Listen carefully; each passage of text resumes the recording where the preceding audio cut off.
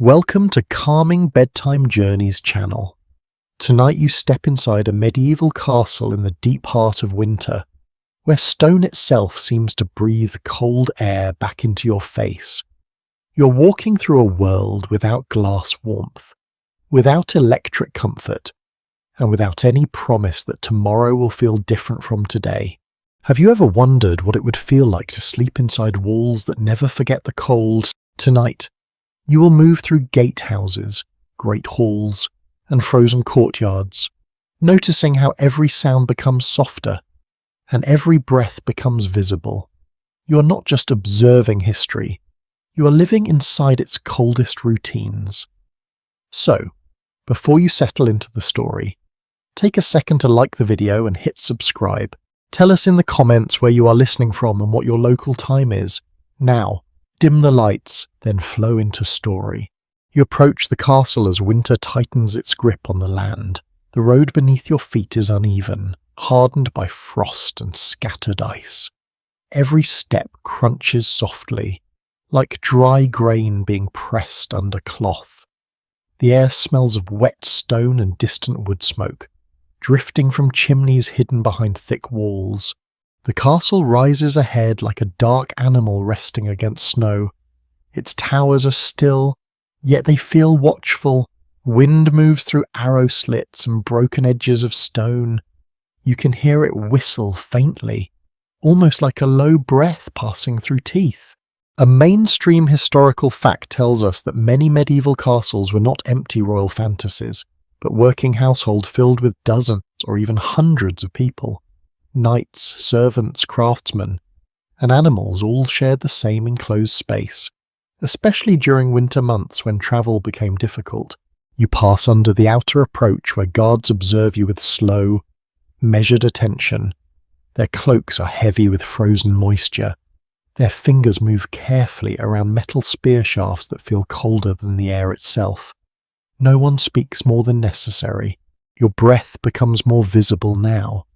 Each exhale floats briefly before dissolving into the cold.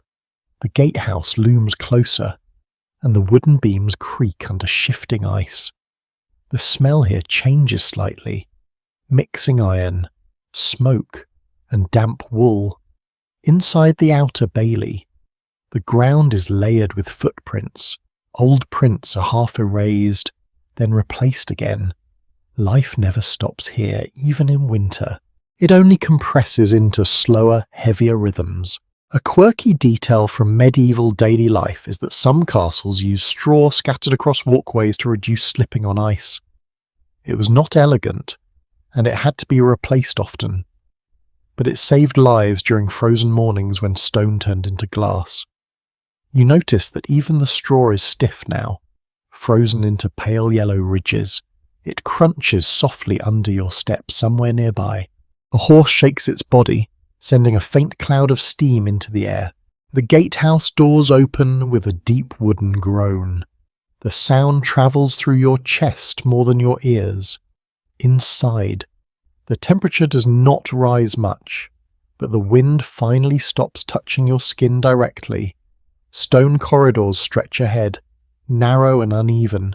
Torches burn low, their flames bending slightly as drafts slip through hidden cracks. Soot marks the ceiling like old memories that never washed away.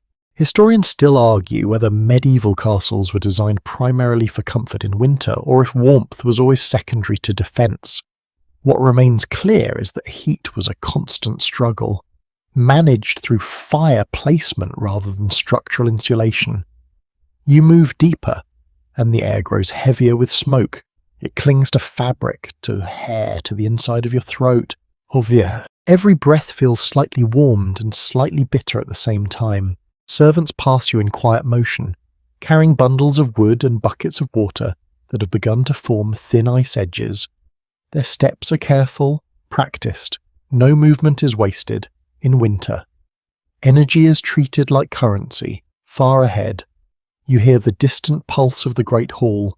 It is not music yet, but preparation. Firelight flickers against stone arches, creating shadows that seem to breathe along with the room. The castle is not silent.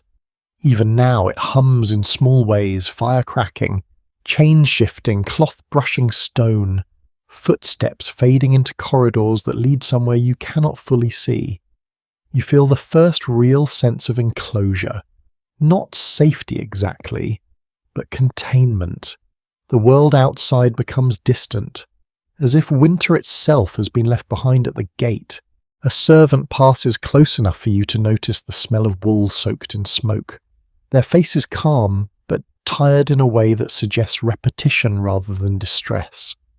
Life here is not dramatic. It is continuous, above you, somewhere in the upper levels. A floorboard creaks. You imagine the weight of people sleeping, shifting, turning beneath thick blankets that do little to stop the cold from rising through stone. Even castles built with thick walls could not fully resist winter. Stone stores colder the way memory stores sound. It lingers long after warmth tries to arrive. You reach a junction where corridors split. One leads toward the kitchens, where heat gathers. Another leads toward noble chambers, where heat is carefully preserved. A third disappears into darker service passages that carry the castle's hidden labour. For a moment, you pause. The air feels balance between warmth and cold, between movement and stillness. Winter is not outside here.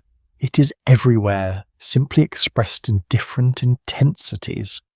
A final observation from medieval studies suggests that castles often relied more on human movement than architecture to maintain livable conditions.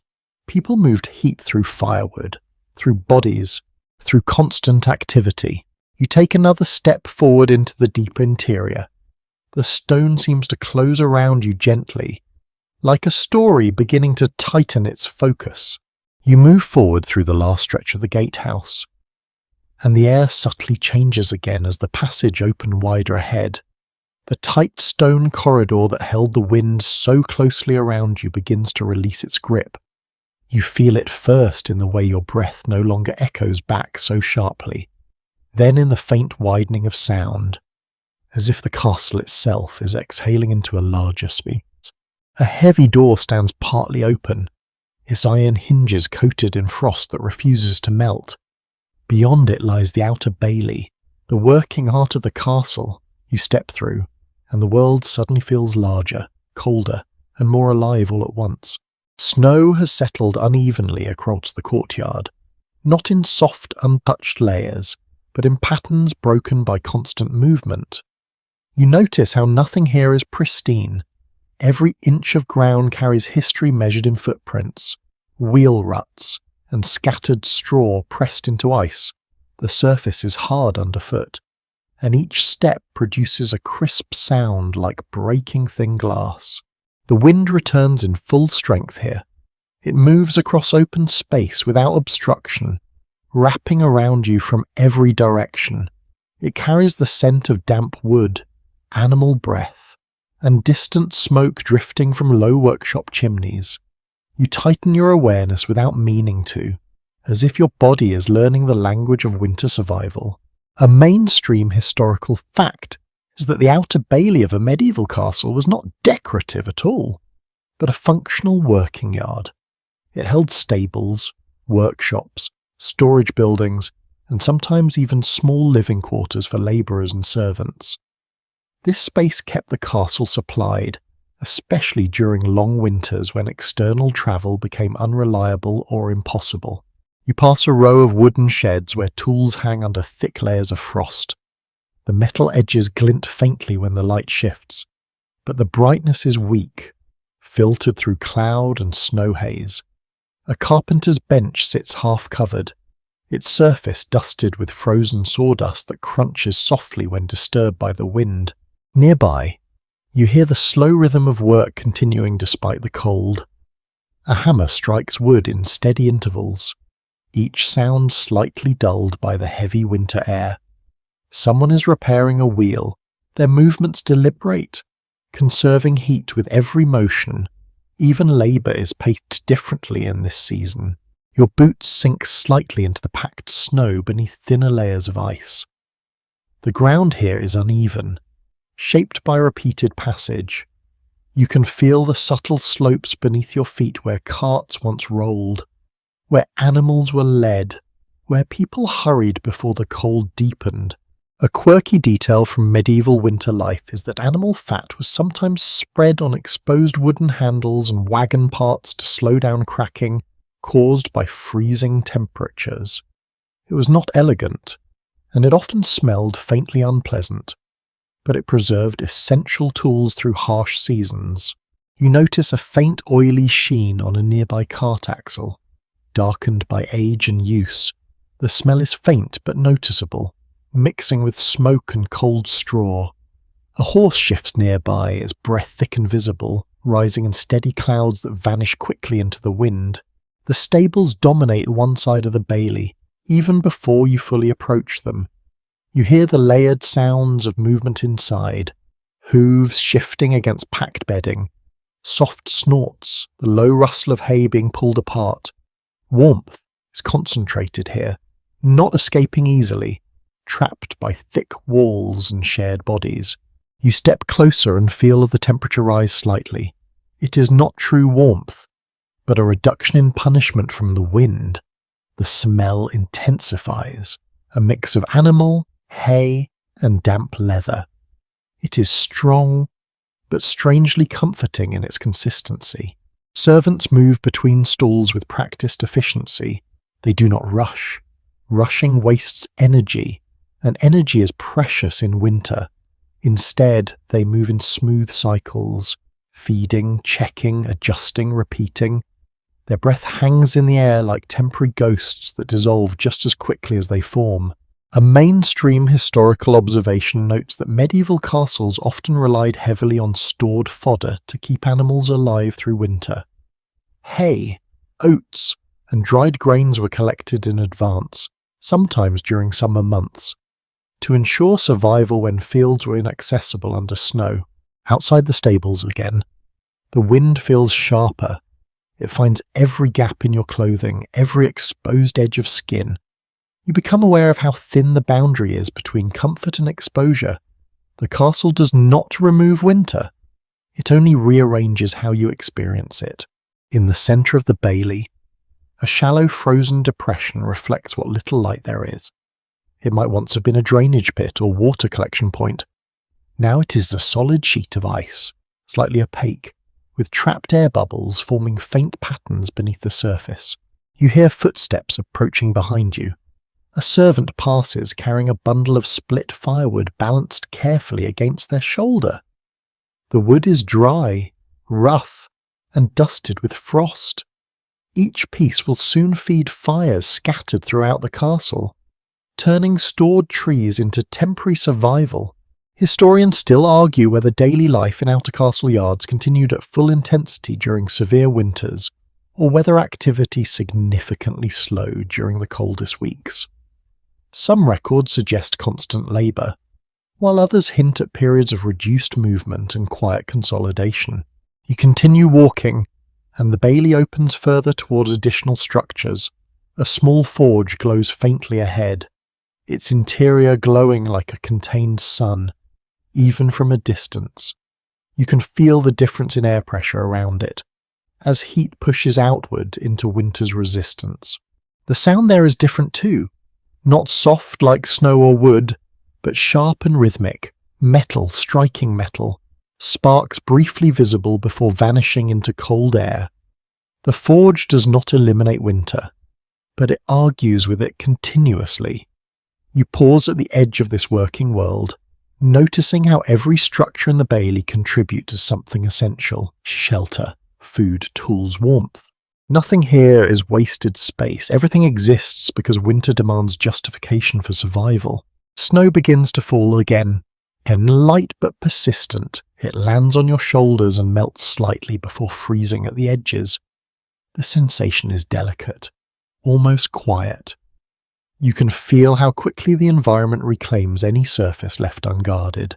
The outer bailey stretches around you like a living system of effort and endurance. People move through it not as individuals defined by urgency, but as parts of a shared rhythm that keeps the castle functioning. You start to understand how survival here is not a moment, but a continuous arrangement of small actions. As you take one final look across the yard, the wind shifts direction. For a brief moment, everything feels still, as if the castle itself is holding its breath before continuing its winter routine. You leave the exposed centre of the Outer Bailey behind, and the wind immediately changes its character as you move closer to the gatehouse complex. It does not disappear, but it becomes shaped, channeled, directed through narrow passages between stone and timber. The difference is subtle, yet your body notices it instantly, as if winter itself is being reorganized around architecture. The gatehouse rises again into view, this time from within the castle's interior rhythm. Massive wooden doors stand reinforced with iron bands, their surfaces darkened by moisture that has frozen and thawed repeatedly. You can see layers of repair across the wood, old nail marks overlapping newer reinforcements. Nothing here is permanent, everything is maintained. A faint smell of tar and wet rope lingers in the air. It clings to the edges of the structure, carried by drafts that slip through the upper battlements.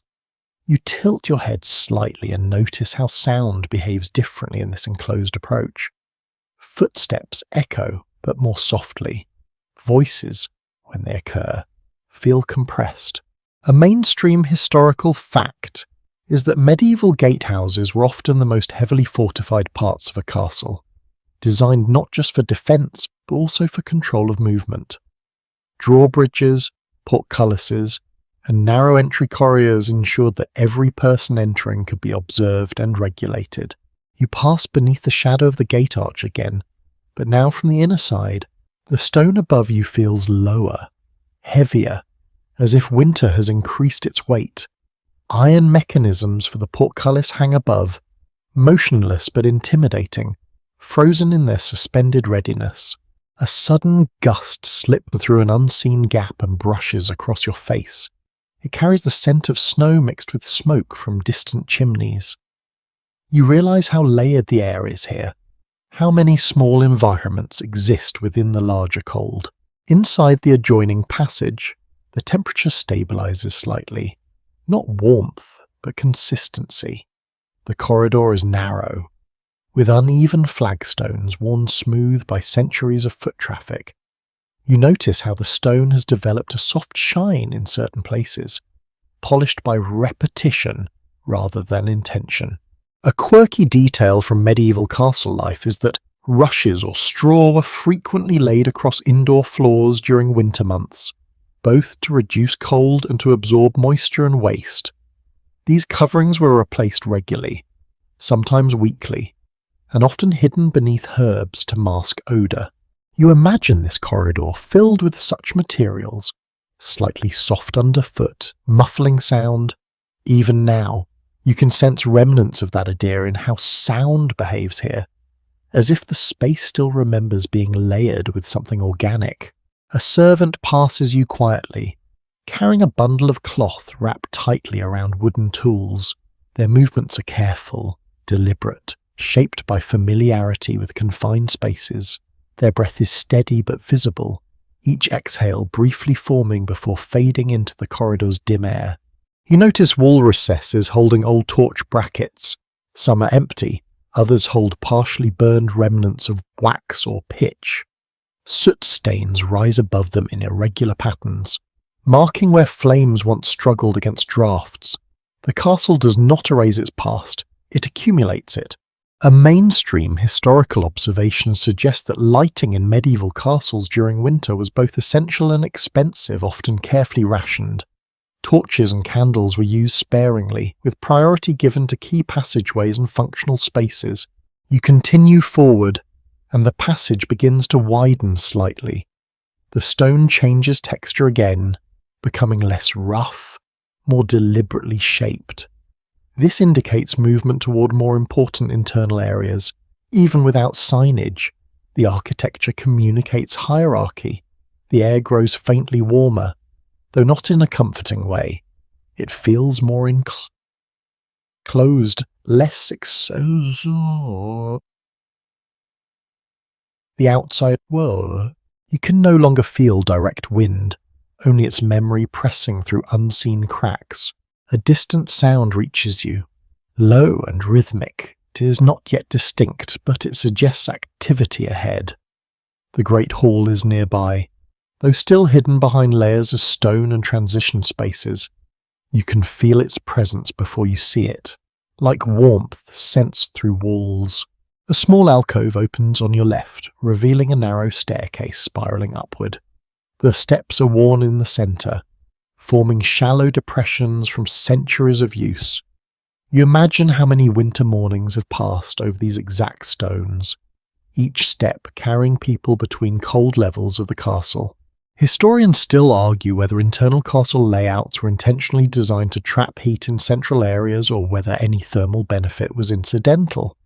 What is clear is that stone architecture often retained cold more than warmth, making interior climate management difficult in winter.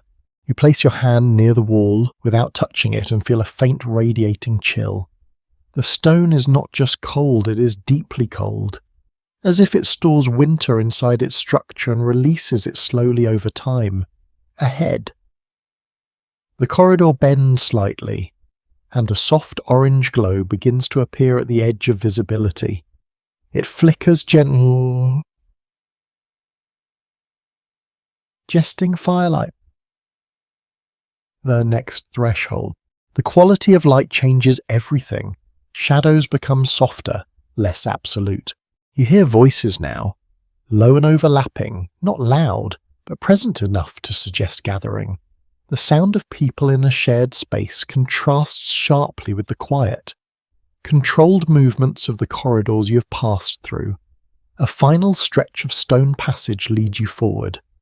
The air shifts again, carrying faint traces of food, smoke, and heated metal.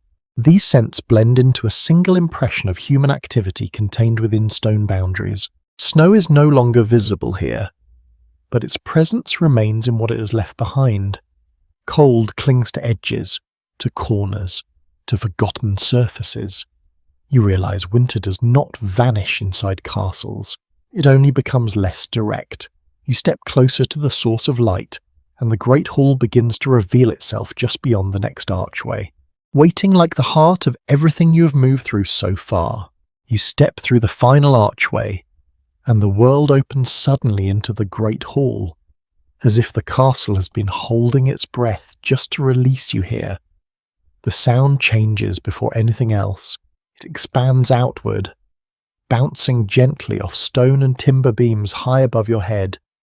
You feel smaller in the space, not because it is overwhelming, but because it is alive with layered human presence. Firelight dominates the room. Multiple hearths line the walls, each one built deep into thick stone alcoves. Flames flicker unevenly, sometimes bright and eager, sometimes reduced to a tired glow that struggles against draught slipping through unseen gaps. The warmth reaches you in uneven waves, touching your face, then fading, then returning again. The air smells of burning oak, cooked grains, and wool that has absorbed smoke for years. It is not a clean scent. It is dense, lived in, and strangely comforting in its familiarity. You notice how your breathing slows slightly, adjusting to the thicker atmosphere. You take a few steps further inside, and the great hall reveals its full scale. Long wooden tables stretch across the floor, their surfaces scarred by knives, cups, and centuries of use. Above them, heavy beams cross the ceiling like the ribs of a vast wooden beast. A widely accepted historical observation is that great halls in medieval castles were multifunctional spaces, used not only for feasting but also for administration, judgment, and daily household organisation. They were the social core of the castle, especially during winter when outdoor life nearly vanished. You imagine how the same space shifts through the day. In the morning, it might hold servants cleaning and preparing. At midday, officials discussing duties. At night, it becomes a shared refuge from the cold pressing outside the walls. A servant passes close by carrying a wooden bowl filled with thick stew, Steam rises from it in slow spirals, briefly catching the firelight before dissolving into the colder upper air. You notice how movement in the hall feels more fluid than outside. People weave around each other with their practiced familiarity. Your boots touch the stone floor, which is slightly warmer here, though still carrying the memory of winter. Rushes cover parts of the ground, softening footsteps and absorbing spills. They shift slightly under movement, releasing faint earthy scents when disturbed. A small detail from medieval household practice is that herbs such as lavender or rosemary were sometimes mixed into floor coverings to help mask odours during winter months when ventilation was limited. The result was a layered scent that combined smoke, plant oils, and daily living. You inhale carefully, noticing how all those elements merge into a single atmosphere. It is not pleasant in a modern sense, but it feels purposeful, like everything has been shaped by necessity rather than neglect. At the far end of the hall, a raised platform holds a high table. The lighting there is stronger, concentrated by multiple fire sources. Shadows behind it stretch longer, creating a sense of depth that shifts as flames move. Wooden benches creak as people sit and adjust their positions. Conversations rise and fall in uneven rhythms. You catch fragments of tone rather than words. The emotional texture of discussion rather than connect. A number of medieval studies suggest that great halls were also acoustic spaces, designed so voices could carry clearly across long distances without modern amplification. The architecture itself shaped communication, making presence and authority audible. You notice how even quiet speech here travels farther than expected. It is absorbed by wood and stone, then returned slightly softened. The hall does not silence voices, it redistributes them. A servant pauses near a hearth to adjust iron hooks holding a cooking pot. The metal clinks lightly, and the sound echoes briefly before being absorbed by the room's layered noise. Small actions become part of a larger continuous soundscape. You feel a shift in temperature as you move deeper inside. Not warmer exactly, but more stable. The wind is gone here. Only residual drafts remain, slipping in near doors and dissolving quickly into fire-driven air currents. A faint memory of winter still clings to your clothing. You realize how quickly the castle's interior redefines your body's expectations. Outside, cold was constant. Inside, it becomes intermittent. A quirky historical detail is that some castles use decorative tapestries not only for display but also for insulation. Thick fabric hung against stone walls helped reduce drafts and retain heat, while also signalling wealth and status. You glance toward the walls and see them lined with heavy textiles depicting faded scenes of hunting and symbolic figures. The fabric shifts slightly in air currents, almost like it is breathing with the hall. Some scholars continue to debate how effective these tapestries truly were for thermal insulation versus their symbolic and aesthetic purposes, especially in harsher northern winters. Their function likely existed somewhere between practicality and display. You continue walking, and the hall subtly changes around you. The space feels less like a single room and more like a controlled environment of overlapping microclimates. Near hearths, warmth gathers. Near entrances, cold persists.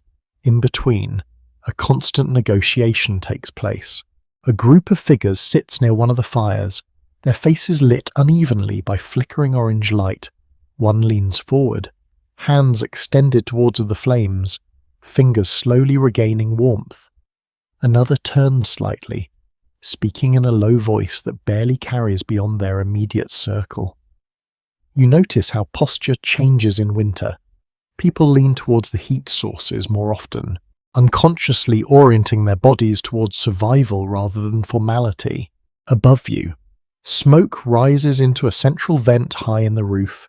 It drifts in thin layers, sometimes visible, sometimes blending into darkness. The ceiling beams catch occasional glimmers of light, revealing texture carved by age and soot. the Great Hall feels suspended between function and atmosphere. It is not just a place of gathering.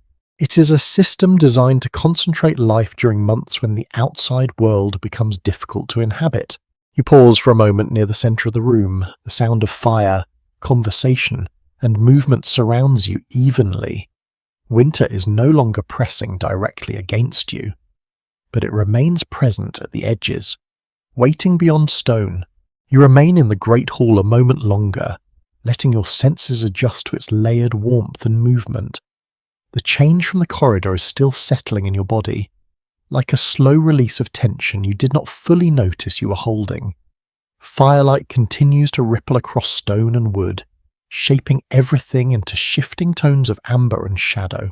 You begin to notice the rhythm of the space more clearly now. It is not chaotic, but structured in overlapping patterns. Footsteps follow familiar paths between tables. Voices rise near hearths and fade toward the edges of the hall. Even silence has a place here, tucked into corners where the firelight barely reaches.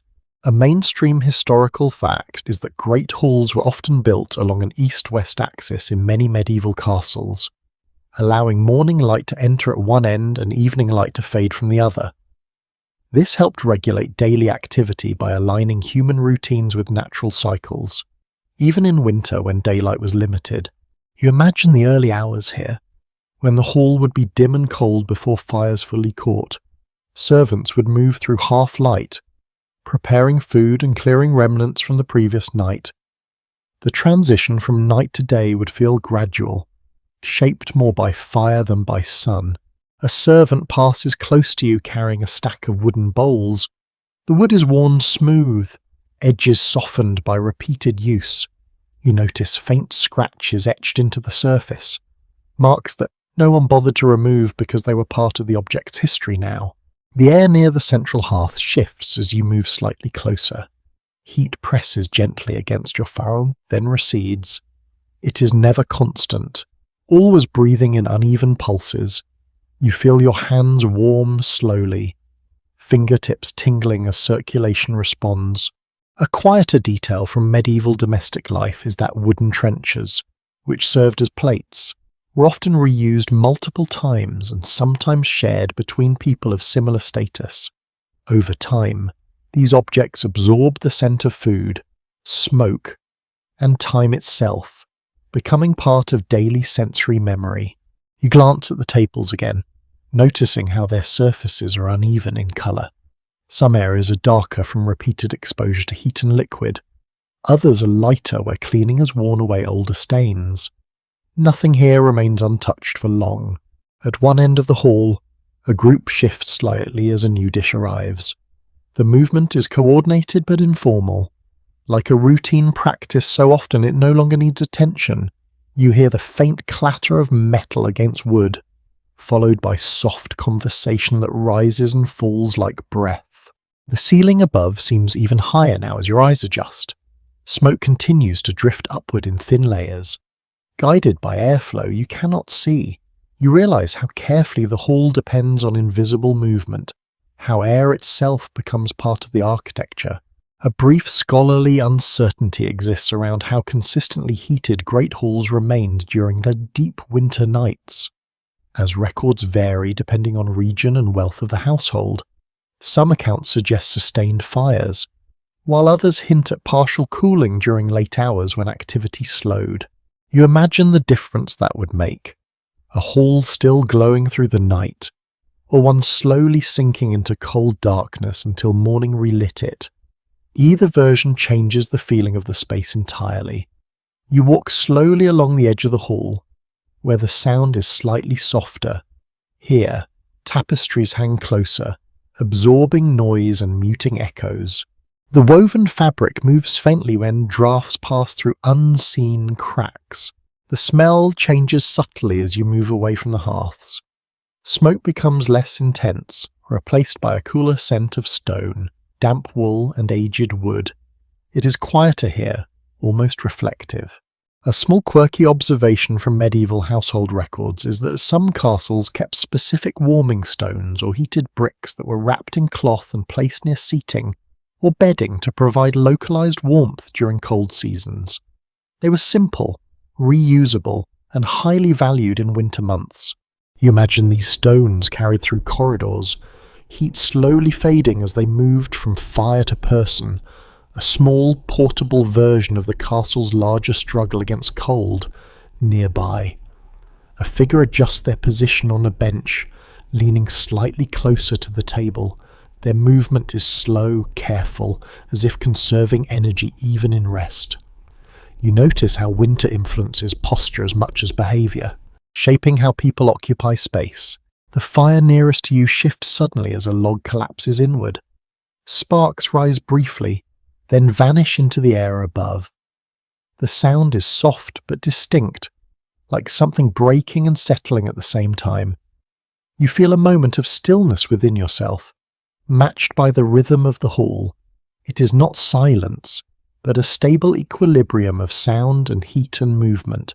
A broader historical observation suggests that great halls often functioned as emotional centres of medieval castles as much as practical ones, shaping social bonds during long winter periods when outdoor life was restricted. You sense that here, more than anywhere else so far. The castle becomes communal, not just a structure of defence or labour, but a shared environment of endurance. You continue walking slowly, and the far end of the hall begins to draw your attention again. There, the light shifts slightly, suggesting passage into another connected space. The castle continues unfolding beyond what you can currently see. You leave the central flow of the Great Hall behind, drifting toward one of its quieter edges, where the firelight thins and the architecture begins to feel more enclosed again. The shift is gradual, almost like stepping from a shared dream back into a narrower corridor of thought. Sound follows you differently here. It no longer surrounds you evenly. Instead, it comes in angles. It, softened by distance and fabric. The warmth fades in small increments. Not abruptly, but in layers you can almost map on your skin. First your hands cool slightly, then the back of your neck notices the air. Finally, your breath becomes more visible again. A subtle reminder that winter is never far inside a castle, only redistributed. You pass beneath a heavy wooden beam that marks a transition point between the hall and service passageways. The wood above you is darkened by smoke, polished in places where countless hands have brushed against it over years. It feels less like architecture and more like memory made physical. A mainstream historical fact is that medieval castles were typically organised with strict separation between public ceremonial spaces and private service corridors. This allowed household operations to continue unseen while maintaining order in the main halls, where authority and gathering took place. You notice this separation immediately in the change of atmosphere. The Great Hall felt open and performative, even in its winter heaviness. Here, everything becomes practical, narrower, more focused. The walls seem closer, not because they physically move, but because they are no longer softened by firelight and gathering bodies. A faint smell of damp wood and stored food replaces the richer scent of the hall. It is less comforting, but more functional. You can almost sense the winter economy of the castle here, where every stored item and every heated room must justify its existence. You pass a small doorway partially covered by a hanging cloth. It shifts slightly as air moves through it, revealing a glimpse of a narrow stairwell beyond. The stairs are steep, worn unevenly in the centre from constant use, and disappear upward into dimness. A quieter historical observation is that castles often reused vertical space intensively, with staircases serving multiple overlapping routes for servants, guards, and messengers. Movement through the castle was rarely horizontal alone. It was layered, constantly rising and falling through stone levels. You imagine the constant motion during winter days, people carrying food upward, firewood downward, messages passing between rooms where heat and status varied greatly. The castle is not static, it circulates effort. A servant passes you in the opposite direction. carrying a bundle of linens folded tightly against their chest. The fabric is thick, slightly stiff from cold air, and smells faintly of smoke and lye soap. Their steps are quick but controlled, as if they have measured this route 100 times. You notice how the sound of footsteps has changed here. In the great hall, it was absorbed and dispersed. In this passage, it returned sharply, bouncing between stone walls in shorter echoes. Every movement feels more defined. A small quirky detail from medieval domestic practice is that linens in castles were sometimes scented with dried herbs during storage, especially in winter months when washing and drying cloth became more difficult. Lavender and sage were commonly used to preserve freshness in enclosed environments. You catch a faint trace of something herbal in the air now, almost lost beneath stone and smoke. It is subtle, but it breaks the monotony of colder scents, adding a momentary softness to the passage. The corridor bends slightly, and you feel the architecture tightening around function. Doors appear at regular intervals, each one heavy, reinforced, and slightly different in size. Some are marked only by wear patterns rather than decoration. Others carry iron fittings that suggest importance or restricted access. A scholarly uncertainty remains about how standardized medieval interior layouts truly were. Since surviving records differ significantly between regions and periods, some castles followed consistent design logic, while others evolved organically over generations of additions and repairs. You begin to sense the castle's layered construction in this variability. Nothing feels fully planned from a single moment. Instead, it feels assembled across time, each generation adjusting rather than replacing. A faint draft moves through the corridor, carrying a hint of colder air from somewhere deeper in the structure. It slips across your face briefly, then disappears. You realize how many hidden pathways of ventilation must exist within the stone, invisible but essential. The lighting here is sparse, torches are fewer, and those that exist burn lower, as if conserving themselves. Shadows stretch longer and feel more precise, as though the stone is drawing them carefully along its surface. You continue forward, and the sound of the great hall fades almost completely. In its place comes a quieter rhythm, distant footsteps, a door closing far away, the faint crack of wood settling under temperature change. A broader historical note suggests that service corridors like these were essential to maintaining the illusion of effortlessness in the castle's public spaces. What appeared seamless above was supported by constant movement and labour below. You realise you are now within that hidden system, not in the stage of the castle, but in its mechanisms. The passage opens slightly into a junction where multiple narrow routes converge. Each direction carries a different temperature and tone. One path feels warmer, likely leading toward kitchens or hearth-adjacent storage. Another feels colder, suggesting proximity to outer walls. A third remains neutral, ambiguous in purpose. You pause briefly at this intersection, sensing the castle's internal logic without fully seeing it. It is not a maze, but a network of priorities shaped by the winter necessity. Somewhere deeper in the structure, you hear a faint metallic sound. It could be tools or chains, or simple structural movement responding to cold. The castle never fully rests, it adjusts continuously.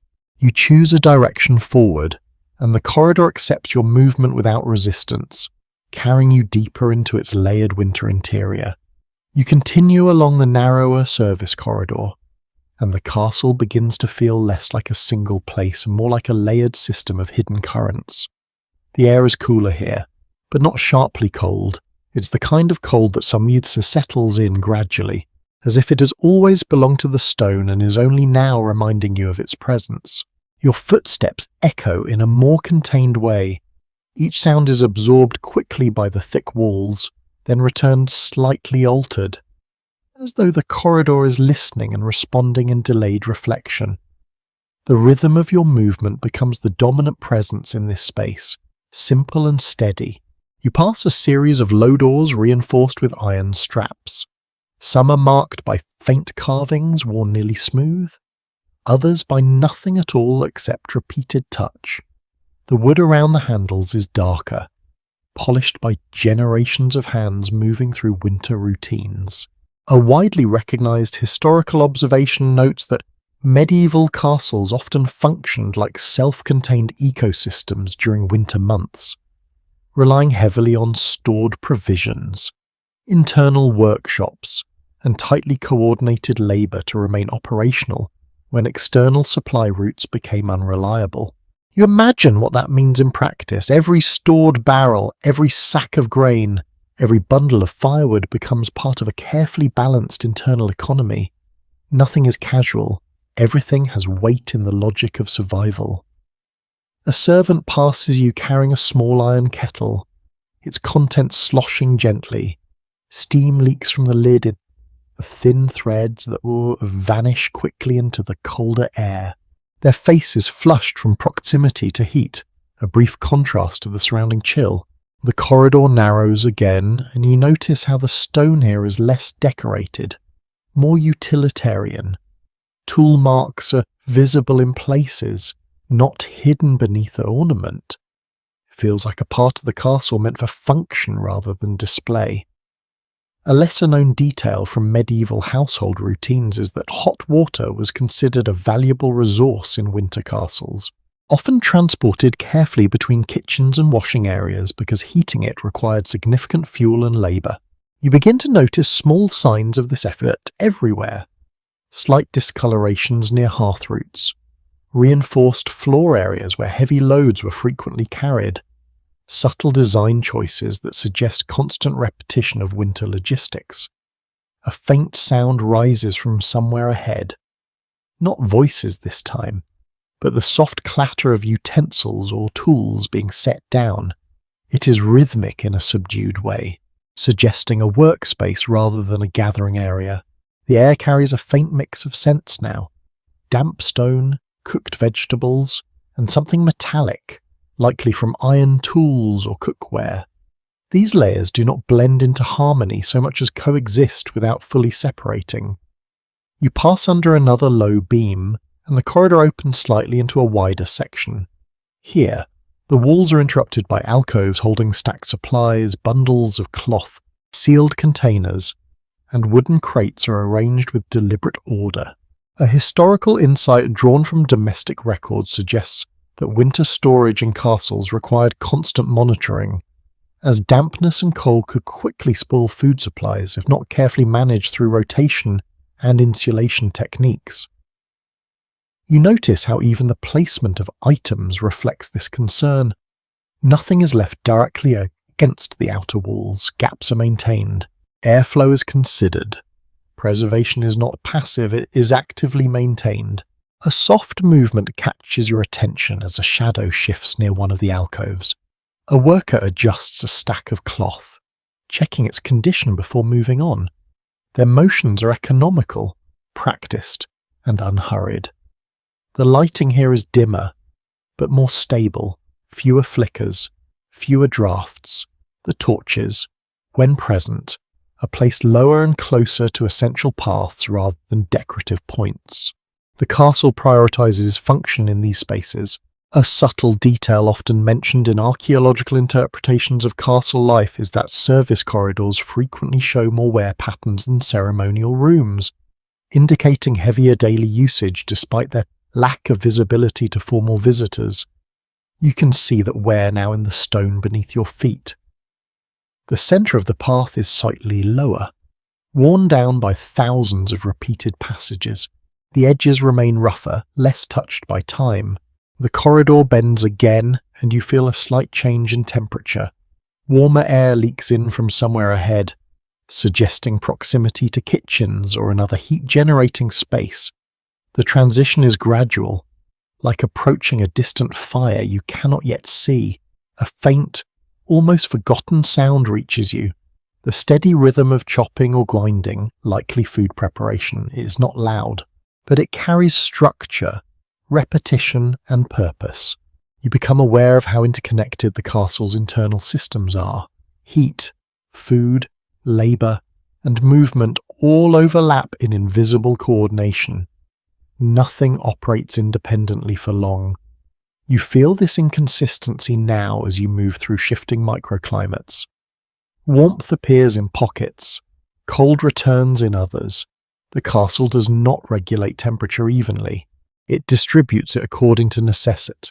A small quirky observation from historical household accounts is that certain castles assign specific storage room for items considered too sensitive for cold exposure, including wax, oils, and some textiles, which could be damaged by prolonged freezing conditions.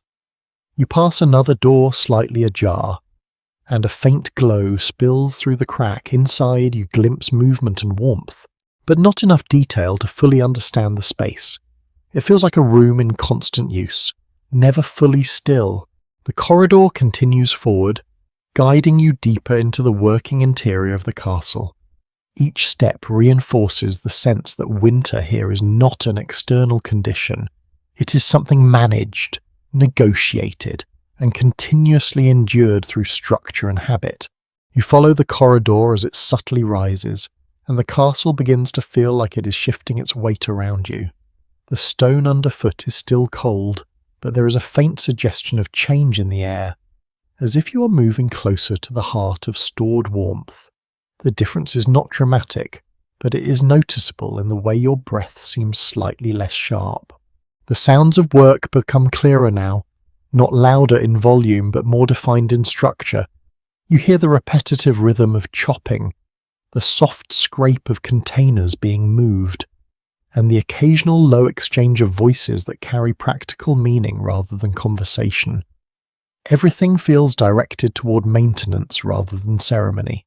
You pass a doorway where heat spills out in uneven waves. It brushes against your face for a moment, then retreats as if reluctant to leave its source. Inside, you glimpse movement but not clarity. Figures shift near a cooking area, their outlines softened by steam and flickering light. A widely accepted historical understanding is that medieval castle kitchens were often located separately from main halls to reduce fire risk and manage heat distribution. This separation meant food had to travel through corridors like the one you're walking now before reaching dining spaces. You imagine that journey in winter, hot food leaving a warm kitchen, crossing cold passageways, slowly losing heat with every step until it reaches the people waiting in the great hall. The timing of everything becomes critical, almost delicate. A servant passes you carrying a wooden tray covered with cloth. Steam rises faintly at the edges, curling into the cooler air before disappearing. Their movement is steady, almost automatic, shaped by repetition more than attention. The corridor widens slightly, revealing a junction where multiple service routes converge. You notice how carefully the stone floor is maintained here, worn smooth in the centre but still functional at the edges. The architecture feels designed to support constant circulation. A lesser-known detail from medieval household practice is that kitchens often relied on layered cooking schedules during winter, preparing certain foods in advance and keeping them warm through insulated containers or proximity to embers until serving time. You begin to sense that layered timing here. Nothing is immediate. Everything is planned in sequences that overlap. Preparation, transport, serving. Each stage depends on the stability of the one before it. A faint smell of roasted grain and simmering broth grows stronger as you move forward. It is warmer here, but also thicker, as if the air itself is saturated with activity. Your senses adjust without conscious effort. You notice iron hooks embedded in the walls, some empty, others holding utensils or cloth bundles. Their placement suggests a system designed for efficiency, allowing tools to be accessed quickly without interrupting movement through the corridor. A subtle historical observation drawn from domestic accounts suggests that medieval kitchens and service areas required constant coordination between multiple roles, from cooks to porters, to ensure that food preparation aligned precisely with household schedules. You feel that coordination in the atmosphere, even without seeing every participant. The castle operates like a distributed rhythm. each person contributing to a larger pattern that remains mostly invisible when viewed from any single point. A faint clatter echoes from ahead, followed by a brief pause in movement. It sounds like something being placed carefully onto a surface. Perhaps a pot or serving dish. The sound is absorbed quickly by the surrounding stone. The corridor shifts again, now sloping slightly downward. This change is subtle but affects how air moves. Warm currents rise from ahead, meeting the cooler air you're standing in, creating a gentle mixing effect that feels almost like breathing. A small quirky detail from medieval kitchen practice is that some large households use designated warming shelves near hearths where prepared dishes could rest briefly before being transported, helping reduce heat loss during winter service. You imagine these shelves glowing faintly in the firelight, holding dishes in careful balance between preparation and delivery. Even warmth must be scheduled here. A worker appears briefly at the far end of the corridor, carrying a bundle of herbs tied together. The scent reaches you before they pass, sharp and earthy, briefly cutting through the heavier cooking aromas. They disappear quickly through another doorway, leaving behind a faint trace of movement and warmth. The castle continues its layered activity without pause, each corridor feeding into another system of effort. A widely noted historical interpretation is that medieval service networks within castles were highly dependent on physical proximity and timing, as there were no mechanical means to preserve heat or delay food quality over long distances. You feel that limitation directly in the environment. Distance is not neutral here. It actively changes outcomes. Every step matters. The corridor opens into a slightly larger space, where the ceiling rises and smoke becomes more visible in thin drifting layers. Light flickers across it, creating shifting patterns that move like slow currents. You realize you are now deep within the working interior of the castle, where winter is managed not through avoidance, but through constant movement and coordination. The air ahead feels warmer still, suggesting another transition point beyond this section. The castle continues unfolding, each layer revealing another system designed to hold life steady through cold months that never fully relent. You continue deeper into the service network of the castle, and the sense of direction becomes less about straight paths and more about gradual transitions. The corridor no longer feels like a single route, but part of a circulating system, where every turn leads to another layer of activity. The air grows warmer in small increments, though never fully comfortable, as if the castle is testing how much heat it can allow into its colder bones. The soundscape changes again. The chopping and distant clatter fades slightly, replaced by more continuous motion. You hear the soft shuffle of feet, the controlled clink of metal tools, and the low murmur of coordination between workers who rarely need to speak loudly. Everything is efficient, almost restrained. You pass beneath a stone archway marked by darker soot stains than the surrounding walls. The marks rise upward in irregular patterns, showing where heat and smoke have repeatedly escaped over long periods.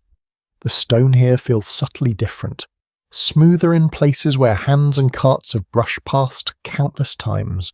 A widely recognised historical fact is that medieval castle infrastructure depended heavily on centralised heat sources such as kitchens and hearthrooms, with warmth distributed outward rather than evenly maintained across the structure. This created distinct thermal zones within the same building, especially during winter. You feel those zones shifting as you move. A step forward brings noticeable warmth. A step back returns you to cooler air. The castle is not one environment, but many overlapping conditions, arranged according to function rather than comfort. A servant passes carrying a covered pot suspended from a metal handle. The lid vibrates slightly with each step, releasing faint wisps of steam that dissolve quickly into the air. Their pace is steady but cautious, as if balance is more important than speed. You notice how the corridor walls now include small recessed openings, some empty and others holding sword items wrapped in cloth. These alcoves suggest deliberate use of space, maximizing storage without obstructing movement. A lesser-known detail from medieval household logistics is that kitchens often maintained strict separation between raw ingredients, prepared food, and waste materials, not only for cleanliness but to prevent cross-contamination and spoilage during long winter storage periods. You begin to see how carefully layered this system must be. Nothing is placed casually. Every object has a category, every space a purpose, even its movement follows unspoken rules shaped by necessity. A faint aroma of heated fat and roasted vegetables grows stronger as you proceed. It mixes with the lingering scent of smoke and damp wood, creating a dense sensory atmosphere that feels both nourishing and heavy at the same time. The corridor opens into a wider working junction. Here, multiple doorways branch into different functional areas. One likely leads towards storage rooms, another toward cooking spaces, and another deeper into maintenance areas where supplies are managed and distributed. You notice that the floor here is more worn than elsewhere, with visible grooves formed by repeated traffic. Some grooves align with cartwheels or sled-like carriers used to transport heavier loads across stone surfaces during winter months. A subtle historical observation drawn from household records suggests that medieval castles relied on highly organized labor divisions in service areas, with specific individuals assigned to food preparation, transport, and storage to ensure consistent operation during periods of limited resources. You feel that division in the rhythm of movement around you. Each person seems focused on a narrow task, contributing to a larger system without needing to understand its entirety. A soft burst of warmer air drifts from a nearby doorway. It carries the scent of baking or slow roasting, something dense and sustained. The warmth is stronger here, enough that you instinctively slow your pace. Inside the doorway, you glimpse part of a large kitchen space. Flames flicker beneath iron supports holding heavy pots. Figures move between tails and hearths in continuous motion, their silhouettes partially obscured by steam and smoke. A small quirky detail from medieval culinary practice is that some large households used rotating schedules for hearth access, ensuring multiple dishes could be cooked simultaneously while managing limited fire resources during winter feasts and daily meals alike. You notice how the kitchen seems to function as a controlled environment of overlapping fires. Each hearth contributes something different, and none are allowed to dominate entirely. It is a balance of heat and labour.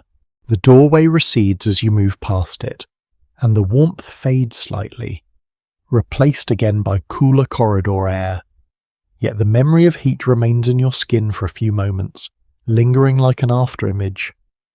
A faint scholarly uncertainty exists regarding how uniformly kitchen organisation was applied across different castles, as archaeological evidence shows both highly structured and more improvisational arrangements depending on region. Wealth and available labour. You continue forward, and the corridor begins to curve gently. The sound of the kitchen remains behind you, now softened and layered with distance. Ahead, another source of light appears, dimmer and more controlled. The castle feels increasingly like a living map of temperature and purpose. Each space defines itself not only by function but by how it manages heat, movement, and human effort during winter's long presence.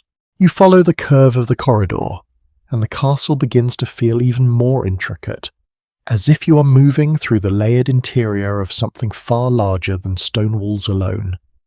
The air here is noticeably warmer, but it is not stable. It rises and falls in gentle pulses, shaped by nearby hearths and the movement of people just out of sight. The sound becomes softer again, less mechanical and more atmospheric. You hear the distant simmer of pots, the occasional scrape of wooden tools against stone, and the muted rhythm of footsteps passing through intersecting passageways. It feels like the castle is breathing in slow cycles around you. You pass a narrow window slit cut into the outer wall, Cold light spills through it in a thin, pale beam, revealing floating dust and faint steam drifting in the corridor. Outside, you glimpse only white haze and the suggestion of snow moving sideways in the wind. A well-established historical understanding is that medieval castles were designed with narrow windows primarily for defence, limiting heat loss and reducing vulnerability to external attack. Even though this also made interior spaces darker and more dependent on artificial light sources during winter, you notice how that design choice shapes your experience now. The corridor feels secure but dim, insulated from the outside world at the cost of brightness. Winter is kept out physically, but its absence of light is still felt. A servant passes carrying a bundle of split wood, the pieces tied together with rough cord. The wood is slightly damp at the edges, suggesting it has been stored near the outer structures where cold air still seeps in. Their movement is steady, but you can see the effort in their shoulders. The corridor opens into a slightly larger chamber used as a distribution point. Crates and sacks are stacked along the walls in careful order. Some are marked with faint symbols or carved notches, likely indicating contents or destination within the castle.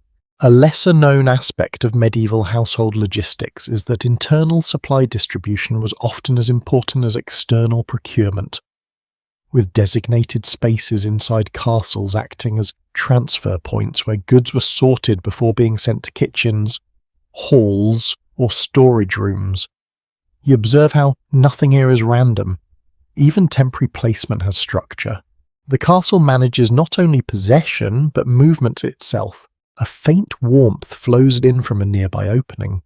Stronger than before, it carries the scent of baked grain and simmering broth, layered with smoke that has already travelled through multiple rooms. The air feels thicker, more saturated with activity. You step closer to a partially open doorway and glimpse a different part of the kitchen network. Large tables hold prepared ingredients, while workers move between stations with practiced coordination. Heat rises in visible waves from multiple hearths, distorting the air above them. A small, easily overlooked detail from medieval domestic practice is that certain kitchens used raised hearth platforms to improve airflow and reduce smoke accumulation, allowing cooks to work for longer periods during winter without excessive discomfort. You notice how the space seems designed around endurance rather than ease. Every improvement is incremental, aimed at making long hours of labour possible under difficult conditions. The doorway closes from your view as you continue forward, and the warmth slowly diminishes again. It does not vanish abruptly, but it recedes like a memory fading into colder air.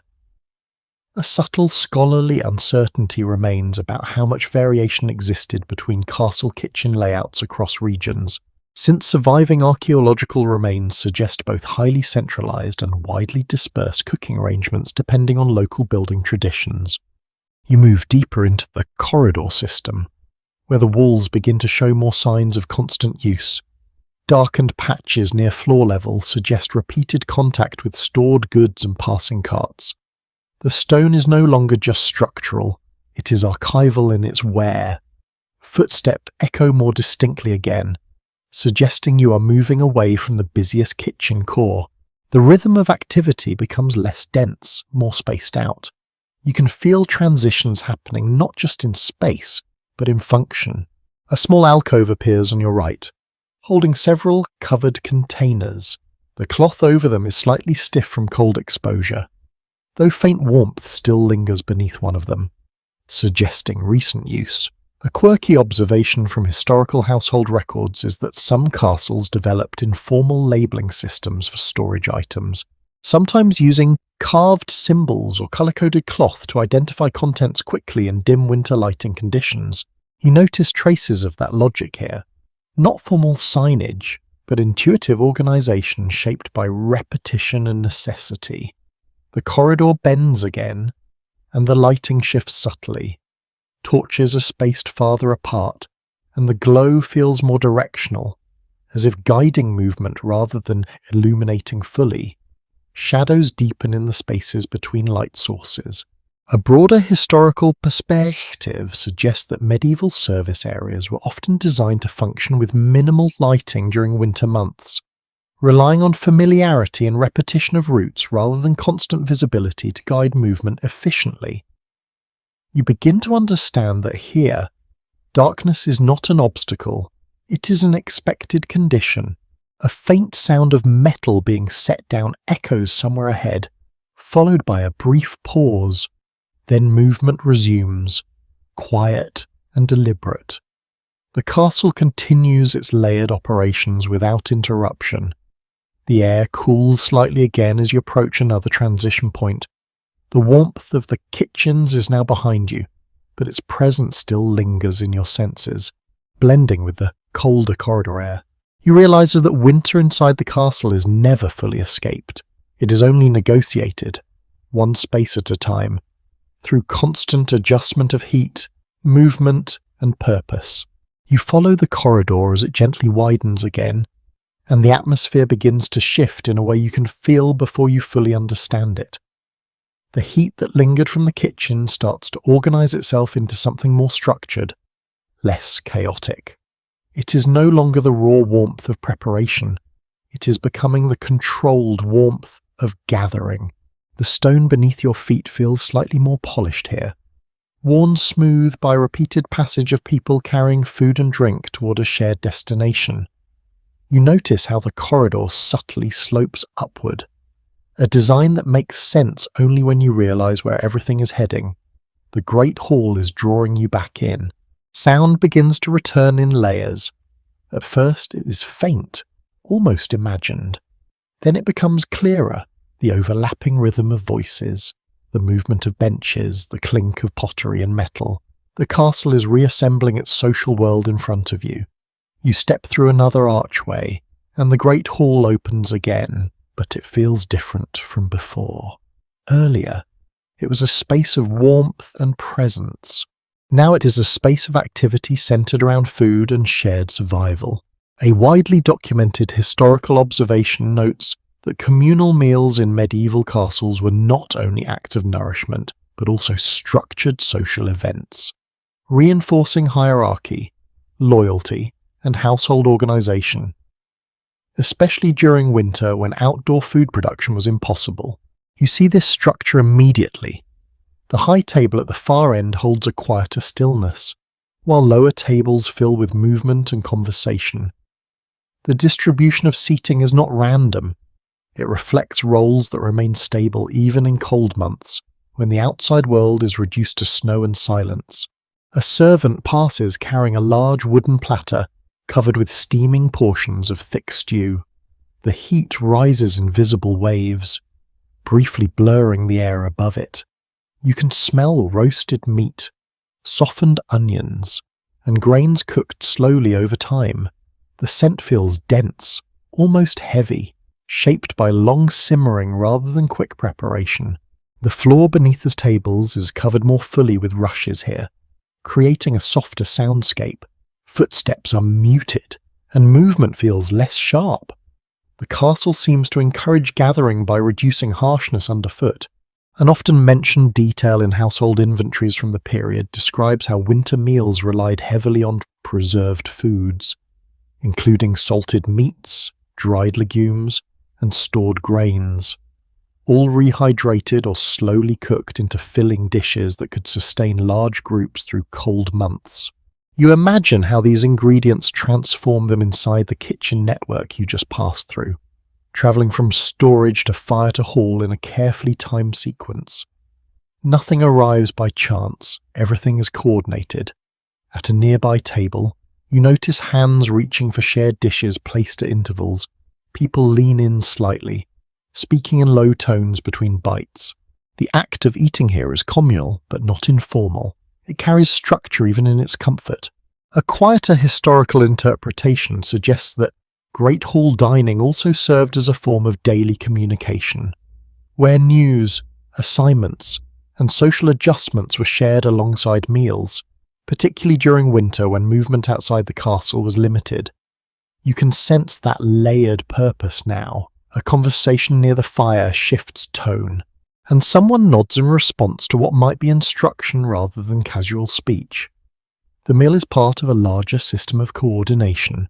A small quirky detail from period records mentions that in some households, wooden spoons or knives were sometimes marked or carved uniquely, so individuals could identify their utensils during shared winter meals, reducing confusion in dim lighting and crowded tables. You notice how personal objects here are simple and functional. There is little excess. Everything is shaped by repetition and necessity rather than decoration. The firelight flickers more strongly as another log collapses inward. Sparks rise briefly, then vanish into the smoky air above. The ceiling catches the glow in shifting patterns, revealing the layered structure of beams and soot that has accumulated over years of use. You move slightly along the edge of the hall, observing how food arrives in waves rather than all at once. Some tables are already deep into their meals, while others still wait as servants circulate between kitchen and hall in steady intervals. A faint sense of rhythm emerges, not musical but logistical. Arrival, placement, sharing, clearing, the cycle repeats without pause. There remains some disagreement among historians about how uniform meal timing was across different medieval castles, since records vary widely depending on region, household size, and seasonal conditions. What is clear is that winter required tighter coordination due to limited daylight and slower food preparation cycles. You feel that constraint in the pacing of everything around you. Time seems measured less by hours and more by completion of tasks. A servant pauses near your position to adjust a dish on the table. Their hands are steady, but their movement is quick, practiced. Steam curls around their sleeves before drifting upward into cooler air. They do not linger. Nothing lingers here longer than necessary. You notice how conversation rises and falls in waves across the hall. At moments, it becomes nearly indistinct, blending into the sound of fire and movement. Then it sharpens again, revealing fragments of discussion, laughter, or instruction. A widely noted aspect of medieval household life is that winter meals often served as one of the few consistent communal gatherings in castle life, reinforcing social bonds during periods when external travel and interaction were greatly reduced. You sense that cohesion now in the shared presence of so many bodies within one heated space. The hall is not just feeding people, it is holding them together through the season. The air near the centre feels thick with warmth and breath. You become aware of how many sources contribute to this environment.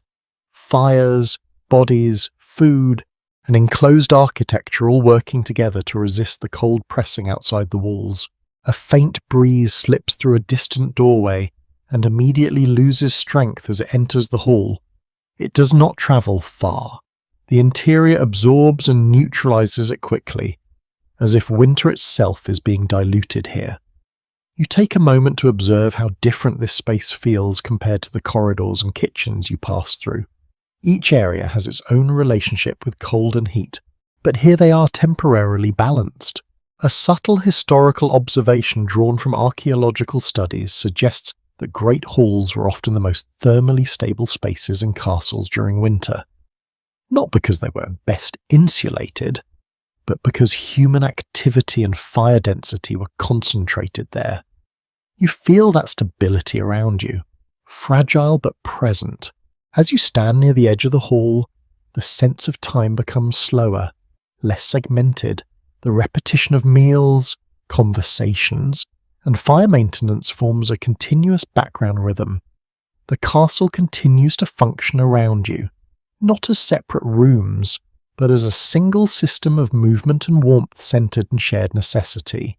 You drift away from the busiest part of the Great Hall again, not because it loses its pull, but because the castle seems to be guiding you toward quieter edges where its daily life becomes more visible in smaller details. The sound of shared meals slowly softens behind you, replaced by the gentler rhythm of movement along the walls. The temperature shifts as you move outward. It is still warm, but less saturated. The firelight no longer reaches every surface evenly. Instead, it arrives in pools and fragments, leaving stretches of stone in soft shadow. You notice how quickly your eyes adjust, as if the castle teaches you to read its dimmer spaces. You pass a section where tapestries hang lower than before. The woven fabric is thick, slightly uneven in places, and darkened by smoke along its upper edges.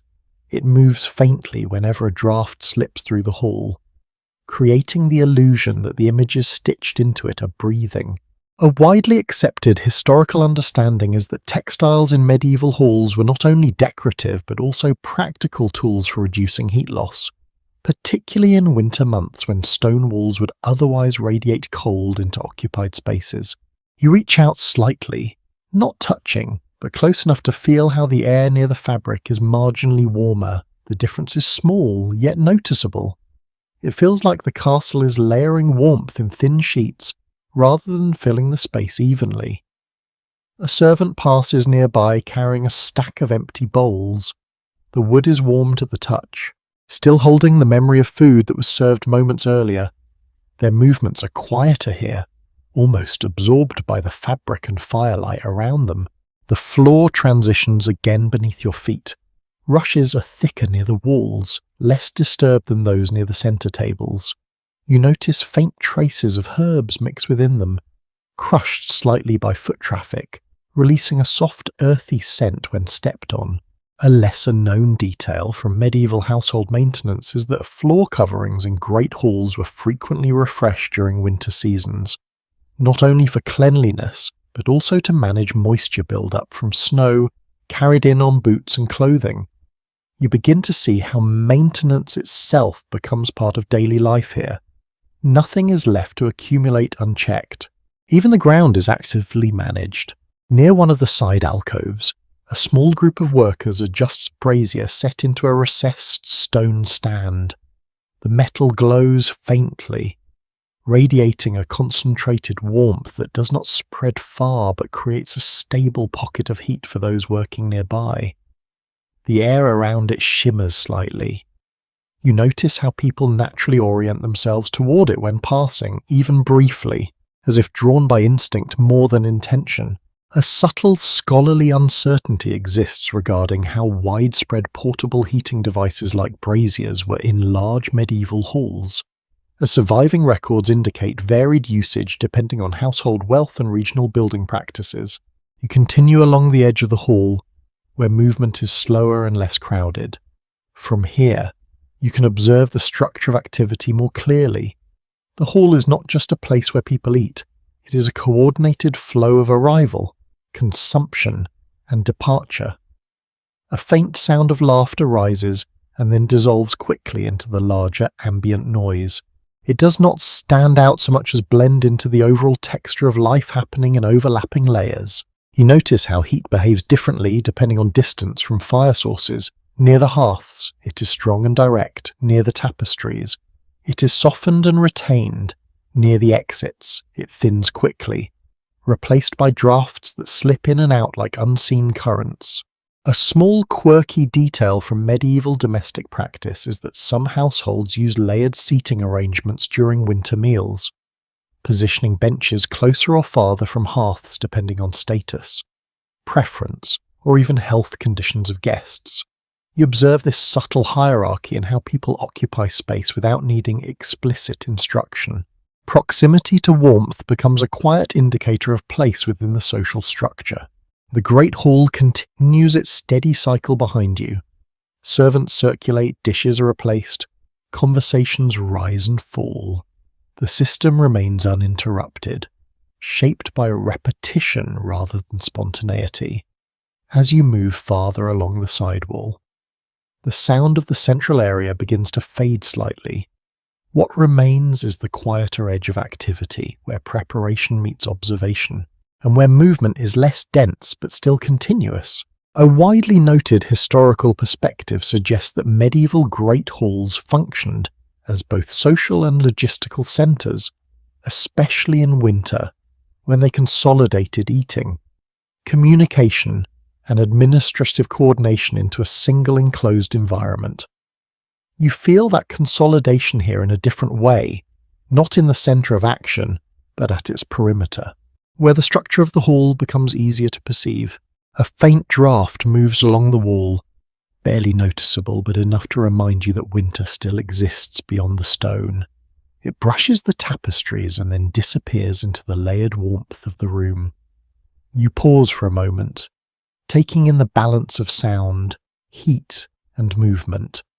The castle feels stable here, not because it is free of cold, but because it manages it in controlled gradients. The Great Hall continues to function behind you, and ahead the space begins to suggest another transition, another layer of the castle waiting just beyond the reach of current light.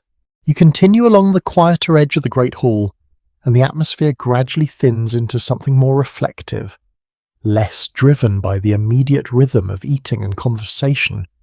The sound of the central tables remains present, but it now feels distant, softened by fabric, stone, and distance. You're still inside the same room, yet it no longer holds you in quite the same way. The firelight here arrives in narrower bands. Slipping between pillars and tapestry edges, it paints uneven patterns across the stone floor, shifting slowly as flames breathe and collapse in their hearths. You notice how the light seems almost tired at the edges, as if even fire has limits when stretched across winter space. You pass a series of carved wooden posts supporting the roof structure.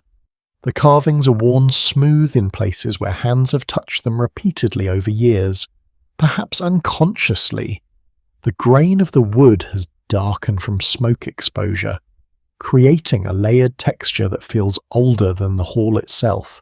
A well-established point in medieval architectural study is that large communal halls were designed not only for gathering but also for regulating household order, using spatial arrangement to reinforce social structure through seating, visibility, and proximity to authority. You notice this spatial logic more clearly from the side. The high table remains visible, slightly elevated and more brightly lit. The lower seating areas stretch outward in long rows, gradually fading into dimmer corners where detail becomes less distinct. A servant moves past you carrying a stack of folded cloths. The fabric is thick and slightly stiff from repeated washing and cold air exposure. Their steps are careful, avoiding abrupt movements that might disturb the flow of people still eating nearby. The air here feels layered, warm near the hearth lines, cooler near the outer wall, and neutral in between. You realize as how the hall does not maintain a single temperature, but instead creates zones of comfort that shift depending on proximity and activity. A lesser-known aspect of medieval household life is that textiles used in great halls were often rotated seasonally, with heavier fabrics brought in during winter months to better retain warmth and reduce drafts along stone surfaces. You can see evidence of that rotation now. Some tapestries appear denser, their weave tighter and more insulating, while others seem lighter, likely reserved for warmer seasons. The hall adapts visually as well as thermally. A faint sound of wooden benches scraping slightly against the floor reaches you, followed by a short burst of conversation that quickly blends back into ambient noise. The hall never becomes fully quiet, but it does soften in layers depending on where you stand. You continue walking along the perimeter, where activity is less concentrated. Here, the architecture feels more visible. You notice the seams where stone meets wood, the joints where beams are fitted, and the slight irregularities that reveal centuries of repair. A subtle historical interpretation drawn from material evidence suggests that great halls were often continuously modified over time, with structural changes added incrementally rather than rebuilt entirely, resulting in layered architectural histories within a single space. You feel that layering around you. Nothing here feels like it belongs to one moment in time. Instead, it feels accumulated, built through repeated decisions across generations. Near one of the walled recesses, a small brazier continues to glow faintly. Its heat is localized, forming a small circle of comfort that people pass through briefly before continuing on their paths. No one stays long, but many pass through it. The air above it shimmers gently, distorting the background for a moment before settling again. You notice how even temporary warmth becomes part of movement patterns within the hall. A small quirky detail from medieval domestic arrangements is that certain households placed heated stones or metal containers near seating areas during winter gatherings, allowing individuals to warm hands or feet briefly without needing to approach the main hearths.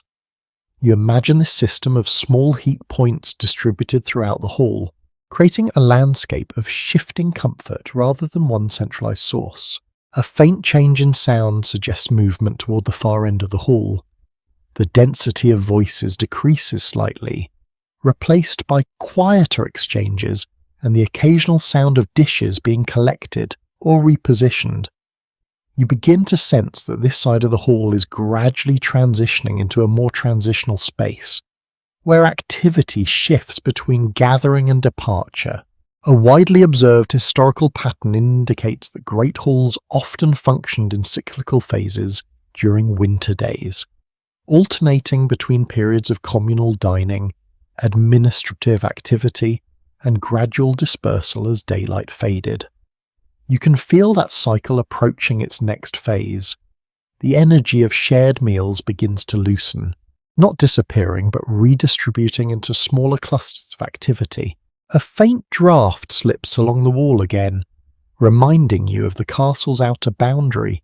It is subtle, but it reinforces the contrast between interior warmth and exterior winter stillness.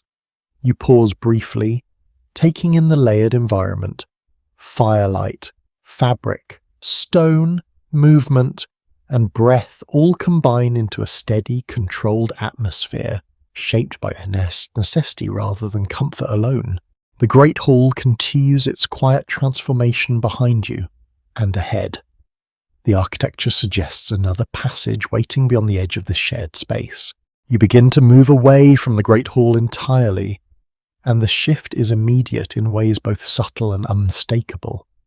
The sound of voices thins until it becomes a distant texture rather than a presence. Firelight no longer reaches you in full waves.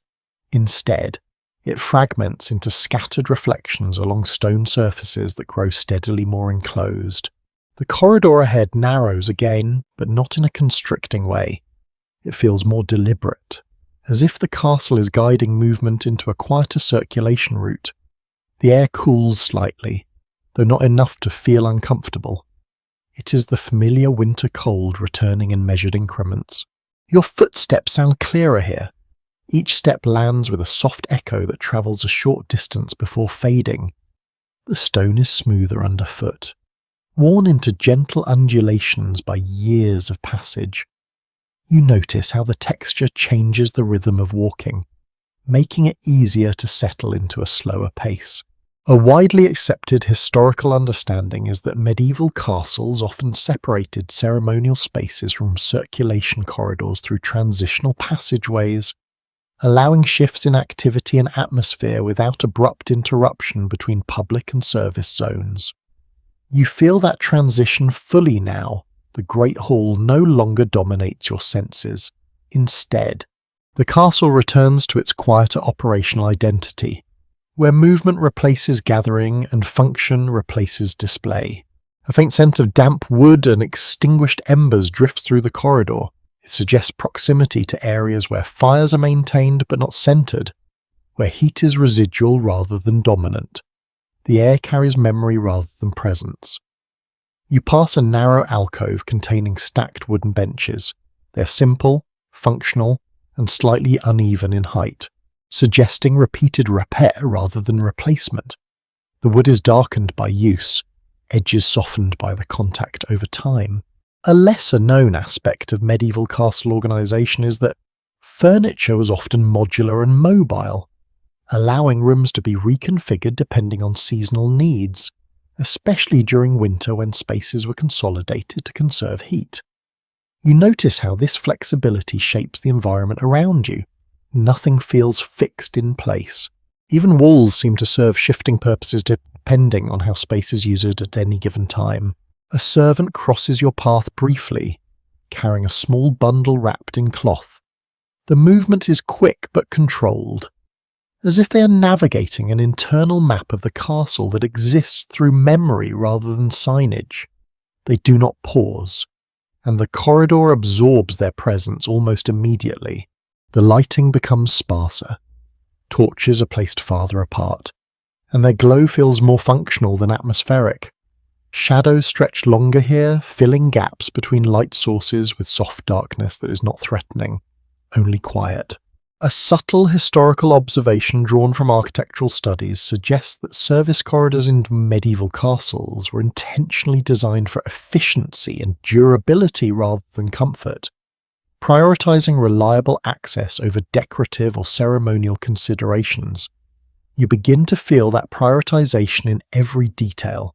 The corridor is not meant to impress, it is meant to work, and it does so continuously without attention drawn to itself. A faint mechanical sound echoes somewhere ahead. It is not machinery in a modern sense, but the movement of wood or iron under strain, possibly a door, a hinge, or a lifting mechanism used for storage access. The sound is brief but distinct. You pass another junction where the corridor splits into two narrower paths. One feels slightly warmer, suggesting proximity to kitchens or hearth-connected rooms. The other feels cooler and more isolated, likely leading towards storage or external walls. You choose the warmer path and the air responds gradually, not immediately but in stages. Temperature rises in small increments, and the scent of cooked food begins to return faintly, layered beneath stone and smoke. A small quirky detail from medieval household logistics is that certain castles maintained secondary heating points in storage corridors specifically to prevent freezing of liquids, oils, and perishable supplies during extended winter periods. You notice faint signs of such systems here. Slight warmth along one wall, a recessed space that seems to retain heat more than others. The castle is actively managing cold even in its quieter sections. The corridor bends gently, and sound begins to return in soft fragments. Not conversation, but movement. The clink of containers, the rustle of fabric, the occasional footstep passing behind a closed door. A broader historical interpretation suggests that medieval castles functioned as layered thermal environments during winter, with heat concentrated in key zones and gradually dissipating outward into service and storage areas. You can feel those layers now as physical experience. Each step changes the balance of warmth and cold around you, as if moving through invisible thresholds. A faint glow appears ahead, dim but steady. It suggests another working space beyond this corridor. Though not as large or central as the Great Hall or kitchen network, it feels more specialized, more contained. The castle continues to unfold in controlled segments, each one shaped by necessity, repetition, and the quiet discipline of surviving winter through structure and shared effort. You follow the faint glow ahead, and the corridor begins to widen into a quieter, more contained space. The shift is gradual, almost imperceptible at first, as if the castle is easing you into another layer of its winter routine. The air grows slightly warmer again, but in a restrained way, as though heat is carefully allocated rather than freely given. Sound returns in soft fragments, not the full presence of the Great Hall, not the dense activity of kitchens, but something in between. You hear the occasional clink of metal, the rustle of cloth, and the low murmur of work being done with attention rather than urgency. The walls here are smoother, and you notice faint differences in stone colour where repairs have been made over time. Some sections are darker, others lighter, revealing the long history of maintenance that keeps the castle functioning through repeated winters. A widely recognised historical fact is that medieval castles relied heavily on internal storage rooms placed close to service routes, ensuring that essential supplies could be accessed quickly during cold months when external movement was difficult or dangerous. You begin to notice those storage patterns around you. doors set at regular intervals, small recesses in the walls, carefully stacked bundles that suggest organised inventory rather than random placement. Everything is arranged with purpose, even in this quieter corridor. A servant passes carrying a small crate marked with a carved symbol. The marking is simple but deliberate, likely indicating contents or destination. Their steps are steady, and they do not slow as they pass you, fully absorbed in their task. The air carries a mixed scent now: damp wood, faint spice, and something earthy that suggests dried food stores. It is less intense than the kitchen aroma, but more layered, like the memory of preparation rather than its immediate presence. You step closer to one of the open storage alcoves. Inside, you see sacks tied tightly at the top, their surfaces slightly stiff from cold. Nearby, ceramic containers are stacked carefully, their lids sealed with cloth or waxed coverings. A lesser-known detail from medieval household practice is that storage rooms often required constant rotation of goods during winter, with older supplies used first to prevent spoilage, a system that demanded careful tracking and disciplined management. You imagine that process continuing throughout the season. Invisible but constant, workers moving through these corridors not only transporting goods, but also maintaining order within a system that cannot afford disorganization. A faint sound echoes from deep within the passage, something like a lid being set down or a container adjusted on a shelf. It is followed by silence that feels deliberate rather than empty. The corridor narrows slightly again, and the temperature becomes more stable, not warmer or colder, but consistent, as if this section of the castle maintains its own controlled environment within the larger structure. A subtle historical interpretation drawn from archaeological findings suggests that many castles developed specialized storage corridors that doubled as transitional spaces between high-activity zones and more private or restricted areas. You feel that transition now. This is not a destination space, it is a connecting system designed for movement, management, and quiet continuity. A small quirky detail from medieval household records is that some castles use simple tally systems carved into wooden boards or marked on parchment to track inventory movement during winter, ensuring that supplies were not lost or misallocated in the complexity of daily operations. You notice faint traces of that logic in the environment. Marked crates, ordered stacks, the sense that everything here has been counted, moved, and accounted for repeatedly. The lighting becomes slightly dimmer, but more focused. Torches are fewer, placed only where necessary. Shadows grow longer, but they are calm, not unsettling. They simply define space without overwhelming it. A faint draft moves through the corridor, carrying a hint of colder air from somewhere deeper in the structure. It brushes past briefly, then disappears, leaving behind the steadier warmth of enclosed stone. You continue forward, and the corridor begins to hint at another transition ahead. The architecture subtly changes again, suggesting proximity to a different functional zone within the castle. A widely observed historical pattern is that medieval castles often arrange their internal spaces in gradients of accessibility, with the most critical resources placed closer to central activity hubs and less frequently used supplies stored in more remote areas. You sense that gradient now in the way movement slows and becomes more deliberate. Every step feels like part of a larger system of organization. The glow ahead strengthens slightly, suggesting a room or junction where activity is still ongoing. The castle continues its layered rhythm, guiding you deeper into its structured winter world. You continue toward the growing glow at the end of the corridor, and the castle begins to feel even more internally layered, as if you're passing through one final membrane of its working winter structure. The air shifts again, not dramatically, but with a subtle increase in warmth that suggests proximity to sustained activity.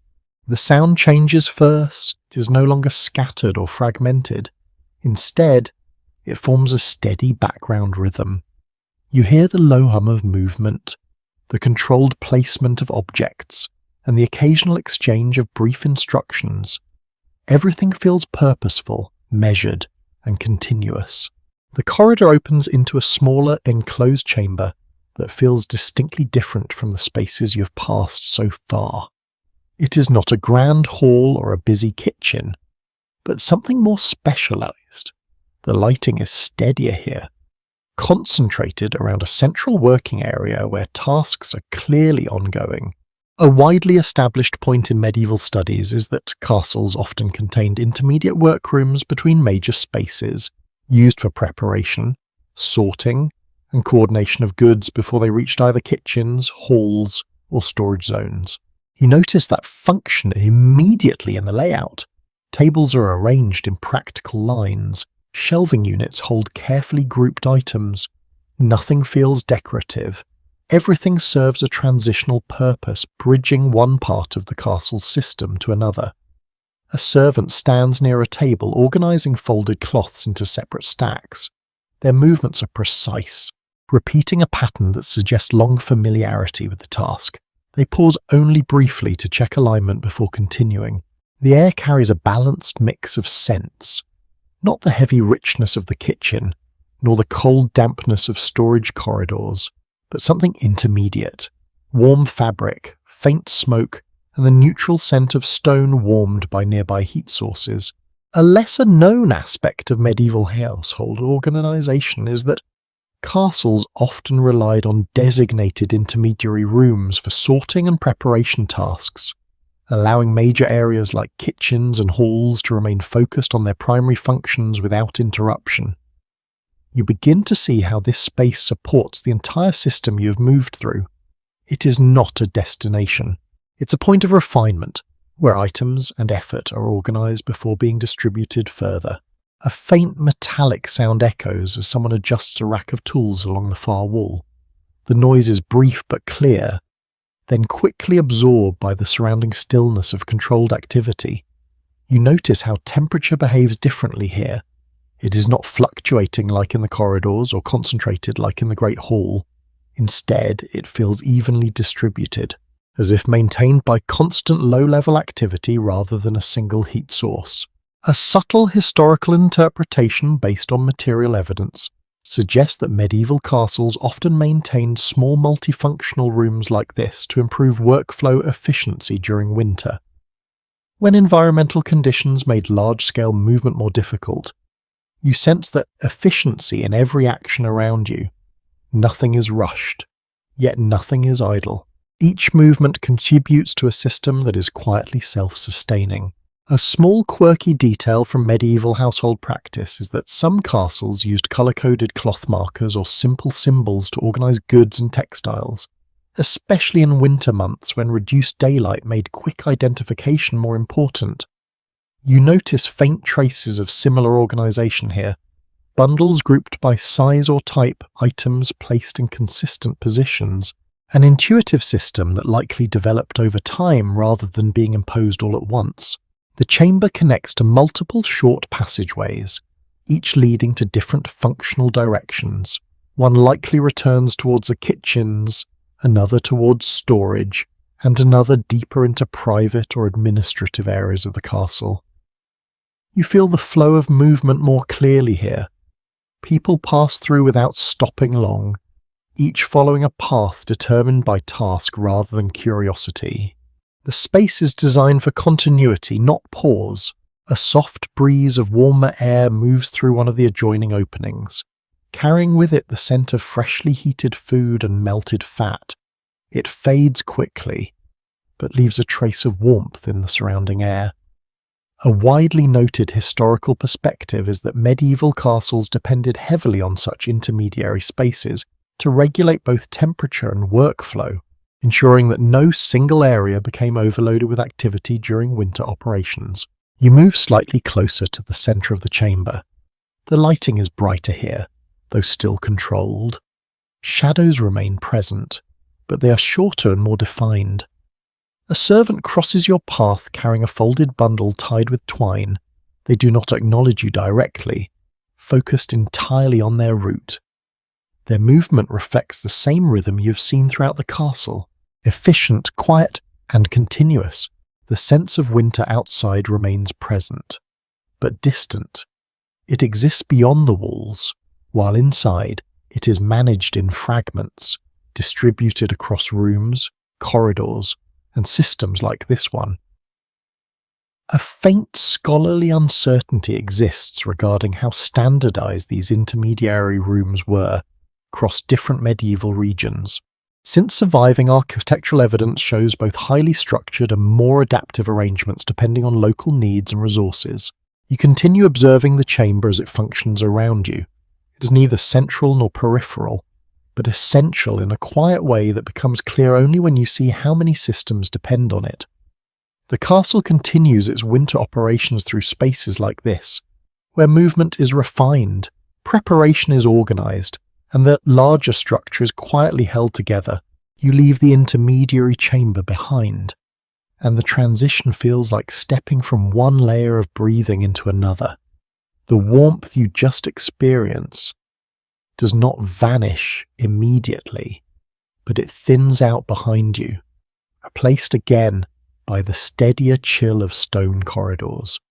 The castle seems to reset itself with each passage, adjusting your senses as you move deeper into its structure. The corridor ahead is slightly narrower, but more orderly in its geometry. The stonework here looks more uniform, as if this section was constructed with greater attention to precision. You notice how the walls reflect light differently, smoother in texture, catching faint illumination from the torches placed at measured intervals. Sound becomes more controlled again.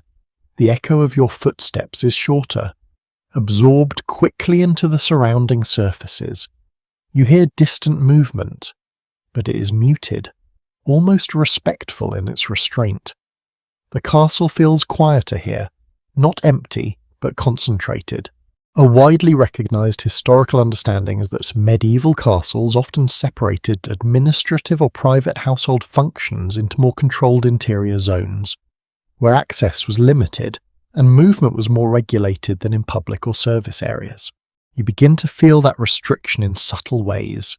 Fewer intersections appear, doors are heavier, more solid, less frequently used.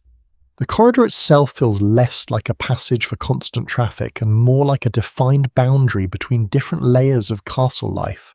A servant passes carrying a small bundle of sealed parchment. The edges are carefully wrapped, likely to protect against moisture. Their pace is steady but slightly slower than in the service areas, as if this section demands more caution than urgency. The air is cooler again, but it carries a faint dryness that contrasts with the humid warmth of kitchens. It feels more stable, less influenced by rapid movement or open hearths. Even the scent here is subdued, reduced to stone, old wood, and faint traces of wax. A lesser-known detail from medieval administrative practice is that castles often maintain designated rooms for record-keeping and documentation, particularly in winter months when internal management became more intensive due to limited external activity. You notice a door slightly ajar along the corridor. Inside, only a sliver of the room is visible, but you can glimpse shelves lined with bound materials and objects that suggest careful organization rather than daily labor. A soft rustle echoes from within, followed by the brief scrape of a chair or wooden stool. The sound is controlled, deliberate, and then silence returns quickly, as if the room itself discourages unnecessary noise.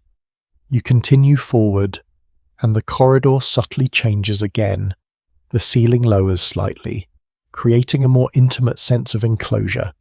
The architecture no longer feels expansive.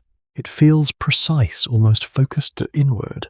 A small quirky detail from medieval household systems is that certain castles use standardized containers or chests for storing documents and valuables, often reinforced with metal bands and kept in cooler, stable environments to preserve their contents during seasonal changes. You imagine these containers stacked in orderly rows, each one holding fragments of decisions, records, or instructions that shaped how the castle functioned day to day. Winter would have made this organization even more important. As internal coordination increased, the lighting becomes softer here, torches are fewer, and those that exist are placed to illuminate specific points rather than entire areas. Shadows are present but controlled, shaped by intention rather than absence of light. A faint sound reaches you from ahead, something like measured footsteps moving in a predictable rhythm. It suggests a space where movement is routine rather than spontaneous, possibly a guard route or administrative passage. A subtle historical interpretation based on architectural studies suggests that medieval castles often created layered internal zones not only for defence but also for governance efficiency, allowing different levels of household operation to function simultaneously without interference. You can feel that layering more clearly now. Each corridor you pass through seems to belong to a different operational logic. Some prioritise movement, others prioritise preparation. This one seems to prioritise order and control. A faint shift in air pressure suggests proximity to another enclosed space ahead. The temperature remains stable, but the atmosphere feels slightly more contained, as if fewer people pass through here but those who do follow stricter routines. You notice how your own movement feels different in this environment. Less observational, more attentive. The castle encourages a quieter presence here, as if awareness itself should be moderated. A widely observed historical pattern is that medieval castles developed increasingly specialised interior zones over time, particularly in larger structures, reflecting the growing complexity of household administration during winter seasons when internal coordination became essential. The corridor continues forward, leading toward another threshold where the architecture suggests a transition into an even more restricted area of the castle. The glow ahead is faint but deliberate, marking the next stage of its layered winter world. You move toward the faint glow ahead, and the castle seems to quiet itself even further as you approach. The corridor no longer feels like part of a flowing system of movement. Instead, it becomes more deliberate, almost careful, as though each step forward should be taken with awareness of where you are entering. The air shifts again, becoming cooler but also more controlled. There's less variation here. Fewer drafts, fewer sudden changes in temperature. It feels like a space designed to remain stable regardless of what happens elsewhere in the castle. Your footsteps sound more isolated now. Each one lands clearly, then fades quickly into the stone without echoing far. The corridor absorbs noise rather than reflecting it. Even your breathing feels more noticeable in this quiet. A widely recognised historical understanding is that many medieval castles contained restricted internal areas reserved for administrative or household oversight functions, where access was limited to trusted individuals responsible for maintaining order and documentation. You begin to sense that restriction in the architecture itself. Doors are heavier here, fitted more precisely into their frames. The stonework is cleaner, more consistent, as if this section was maintained with particular care over time. A servant appears briefly at a side junction, carrying a small sealed container. Their movement is careful and controlled, and they pause slightly before continuing, as if confirming direction. There is no hesitation beyond that moment, only quiet precision. The lighting becomes more subdued again, torches are fewer, and those that remain are placed higher on the walls, casting narrower pools of light. Shadows deepen between them, but they feel structured rather than chaotic. A lesser-known aspect of medieval castle organisation is that administrative and record-keeping spaces were often located in the more stable interior sections of the building, where temperature fluctuations were reduced to protect materials and maintain continuity of work throughout winter. You notice how the environment supports that idea. The air is steady, the walls feel less affected by external cold. Even the scent is more neutral, lacking the heavier traces of smoke or food that dominated earlier sections. A faint sound reaches you, measured and repetitive. It could be the turning of pages, the placement of objects on a wooden surface, or the quiet arrangement of materials. The sound suggests careful work rather than physical labour. You pass a series of evenly spaced doors, each one similar in design but slightly different in wear. Some show signs of frequent use, others appear less disturbed. Together they form a quiet rhythm along the corridor, indicating multiple rooms serving related but distinct purposes. A small quirky detail from medieval household practice is that some castles used layered locking systems for important rooms, requiring multiple keys held by different individuals to ensure controlled access to sensitive materials during both winter and summer months. You imagine that system in place here, where access is not only physical but procedural. Movement becomes something that must be coordinated rather than casual. The corridor narrows slightly again, and the temperature becomes even more consistent. There is no strong warmth or cold here, only stability. It feels like the castle is minimizing variation in this section, as if even environmental change is considered unnecessary. A subtle historical interpretation drawn from architectural studies suggests that medieval castles often design their administrative interiors to minimize external influence, using thick stone, limited openings, and controlled lighting to support sustained organizational work during long winter periods. You feel that intention in every surface. The stone is thick, the openings are small, and the air feels deliberately contained. Nothing here is left exposed to the outside world more than necessary. A faint rustle of fabric echoes from behind a closed door, followed by the soft scrape of a chair being moved. The sound is brief but distinct, then quickly absorbed by the surrounding quiet. You continue forward, and the glow ahead becomes slightly clearer. It is not bright, but steady, suggesting a room where activity is ongoing but restrained. The castle feels increasingly structured as you move deeper into this interior layer. A widely observed historical pattern is that larger medieval castles developed complex internal hierarchies of space where access, temperature, and function were all carefully distributed to support both governance and daily life during winter months. You sense that hierarchy now not as an idea, but as an environment. Each corridor and room represents a different level of access and purpose, forming a quiet system of organization that extends throughout the structure. The corridor leads you toward another threshold, and the castle continues to unfold in increasingly focused layers, each one shaped by control, stability, and the constant management of life during winter's long presence. You pass through the next threshold, and the change in atmosphere is immediate but subtle, like entering a room where the air itself has been carefully arranged. The corridor gives way to a quieter interior space, one that feels less like a passage and more like a controlled environment for focused activity. The temperature here is remarkably steady, not warm in any dramatic sense, but balanced. As if the castle has reduced fluctuation to a minimum. You notice how your body responds by relaxing slightly, no longer adjusting to shifting drafts or uneven heat. Sound is restrained.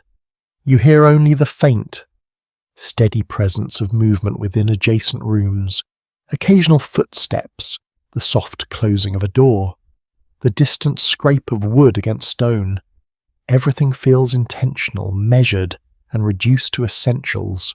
A widely recognized historical understanding is that medieval castles often maintained specialized internal zones dedicated to governance, administration, or household coordination, where environmental stability was prioritized to ensure continuity of work during extended winter periods. You begin to sense that stability in the architecture itself. The walls are thicker here, the ceiling slightly lower, and the openings more controlled. Light enters in narrow, deliberate angles rather than broad illumination. It feels like a space designed to reduce unpredictability. A servant passes at the far end of the corridor carrying a small stack of bound materials. The items are carefully aligned, held close to the body to prevent disturbance. Their movement is quiet and efficient, disappearing into a doorway without pause. The air carries a faint scent of wax, old wood, and parchment. It is a different kind of atmosphere from the rest of the castle, less tied to heat or food, more connected to preservation and order. A lesser-known aspect of medieval castle operations is that internal administrative areas often relied on strict routines and spatial organisation to maintain records, manage household accounts, and coordinate supplies during winter when external communication was limited. You notice how this sense of routine is reflected in everything around you. Objects are placed with intention. Movement follows predictable paths. Even silence feels structured rather than accidental. A faint sound emerges from one of the rooms nearby. It resembles the careful arrangement of objects on a wooden surface, possibly documents or tools being organised. The sound is soft but precise, suggesting careful attention rather than casual handling. You pass a series of doors that are nearly identical in form but subtly varied in wear. Some handles are smoother, others more worn, indicating different levels of frequency in use. The repetition creates a rhythm along the corridor that feels almost systematic.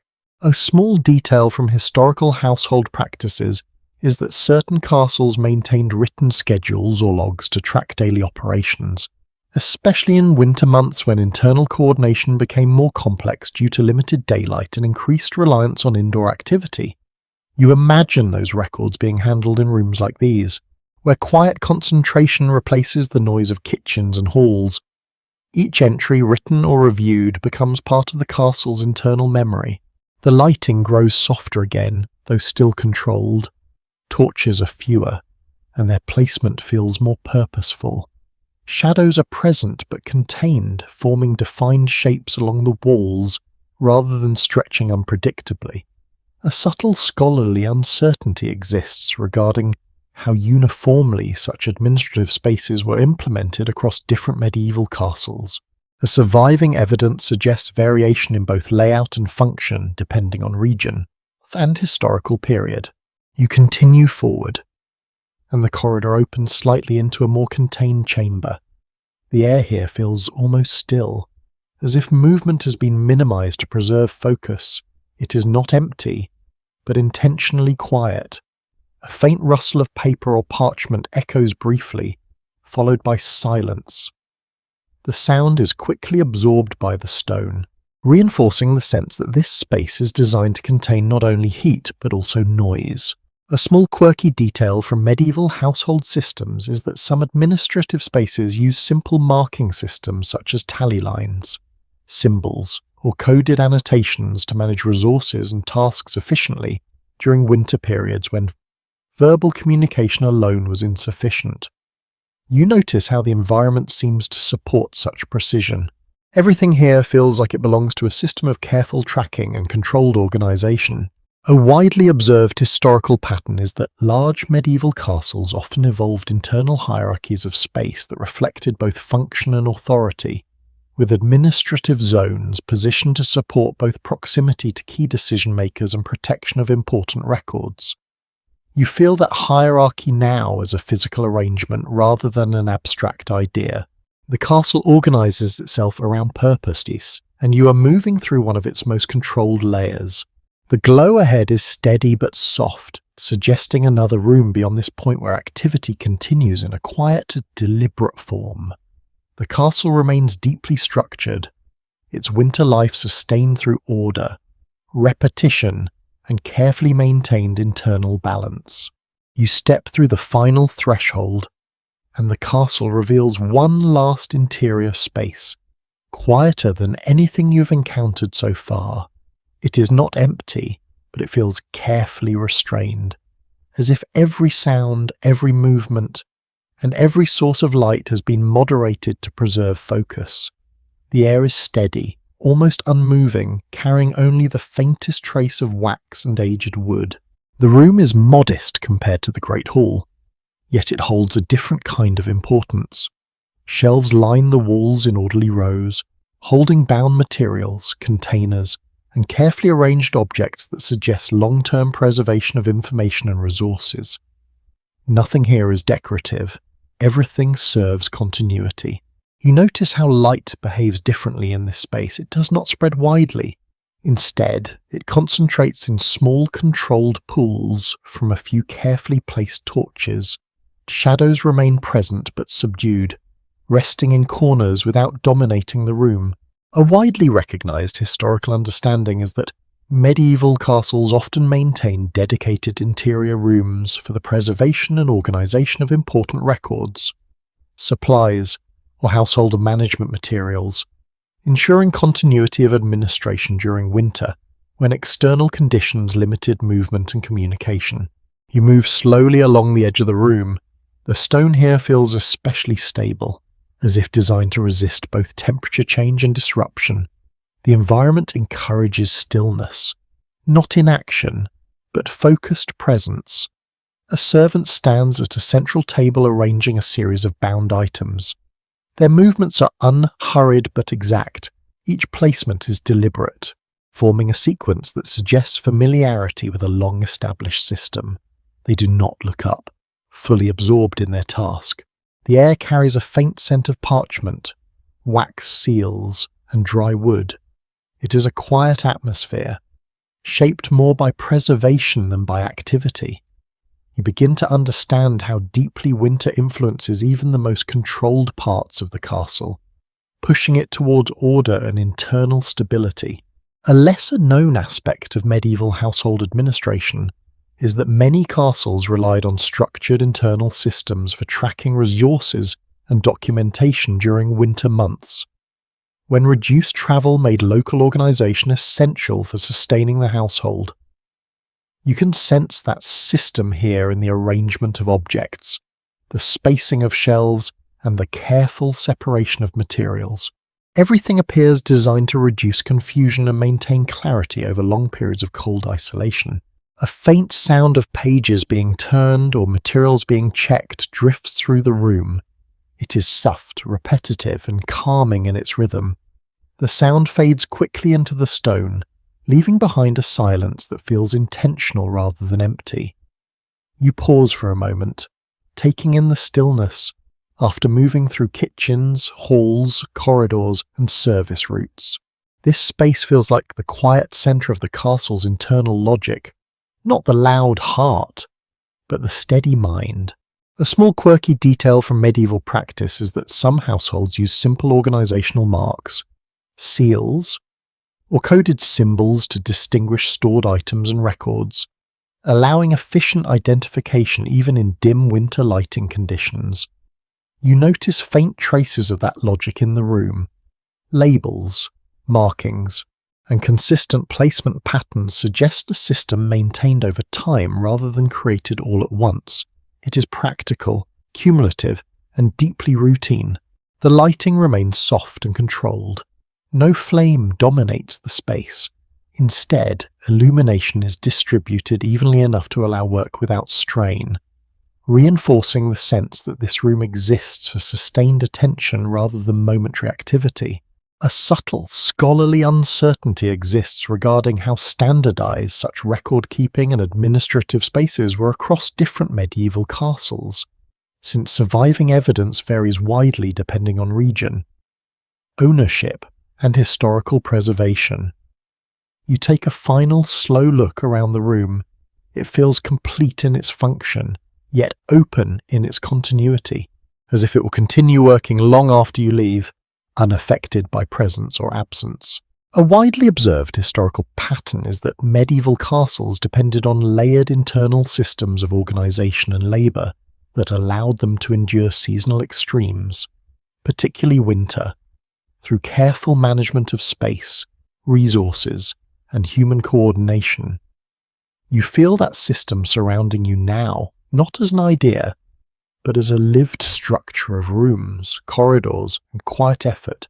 The castle continues its winter existence beyond this point, but your journey through its interior has reached a natural stillness. The cold remains outside, managed and contained by everything you have moved through, from gatehouse to hall to the quiet rooms at its centre. And here, in this final calm space, the castle simply continues breathing through stone, fire, and time. Sleep well.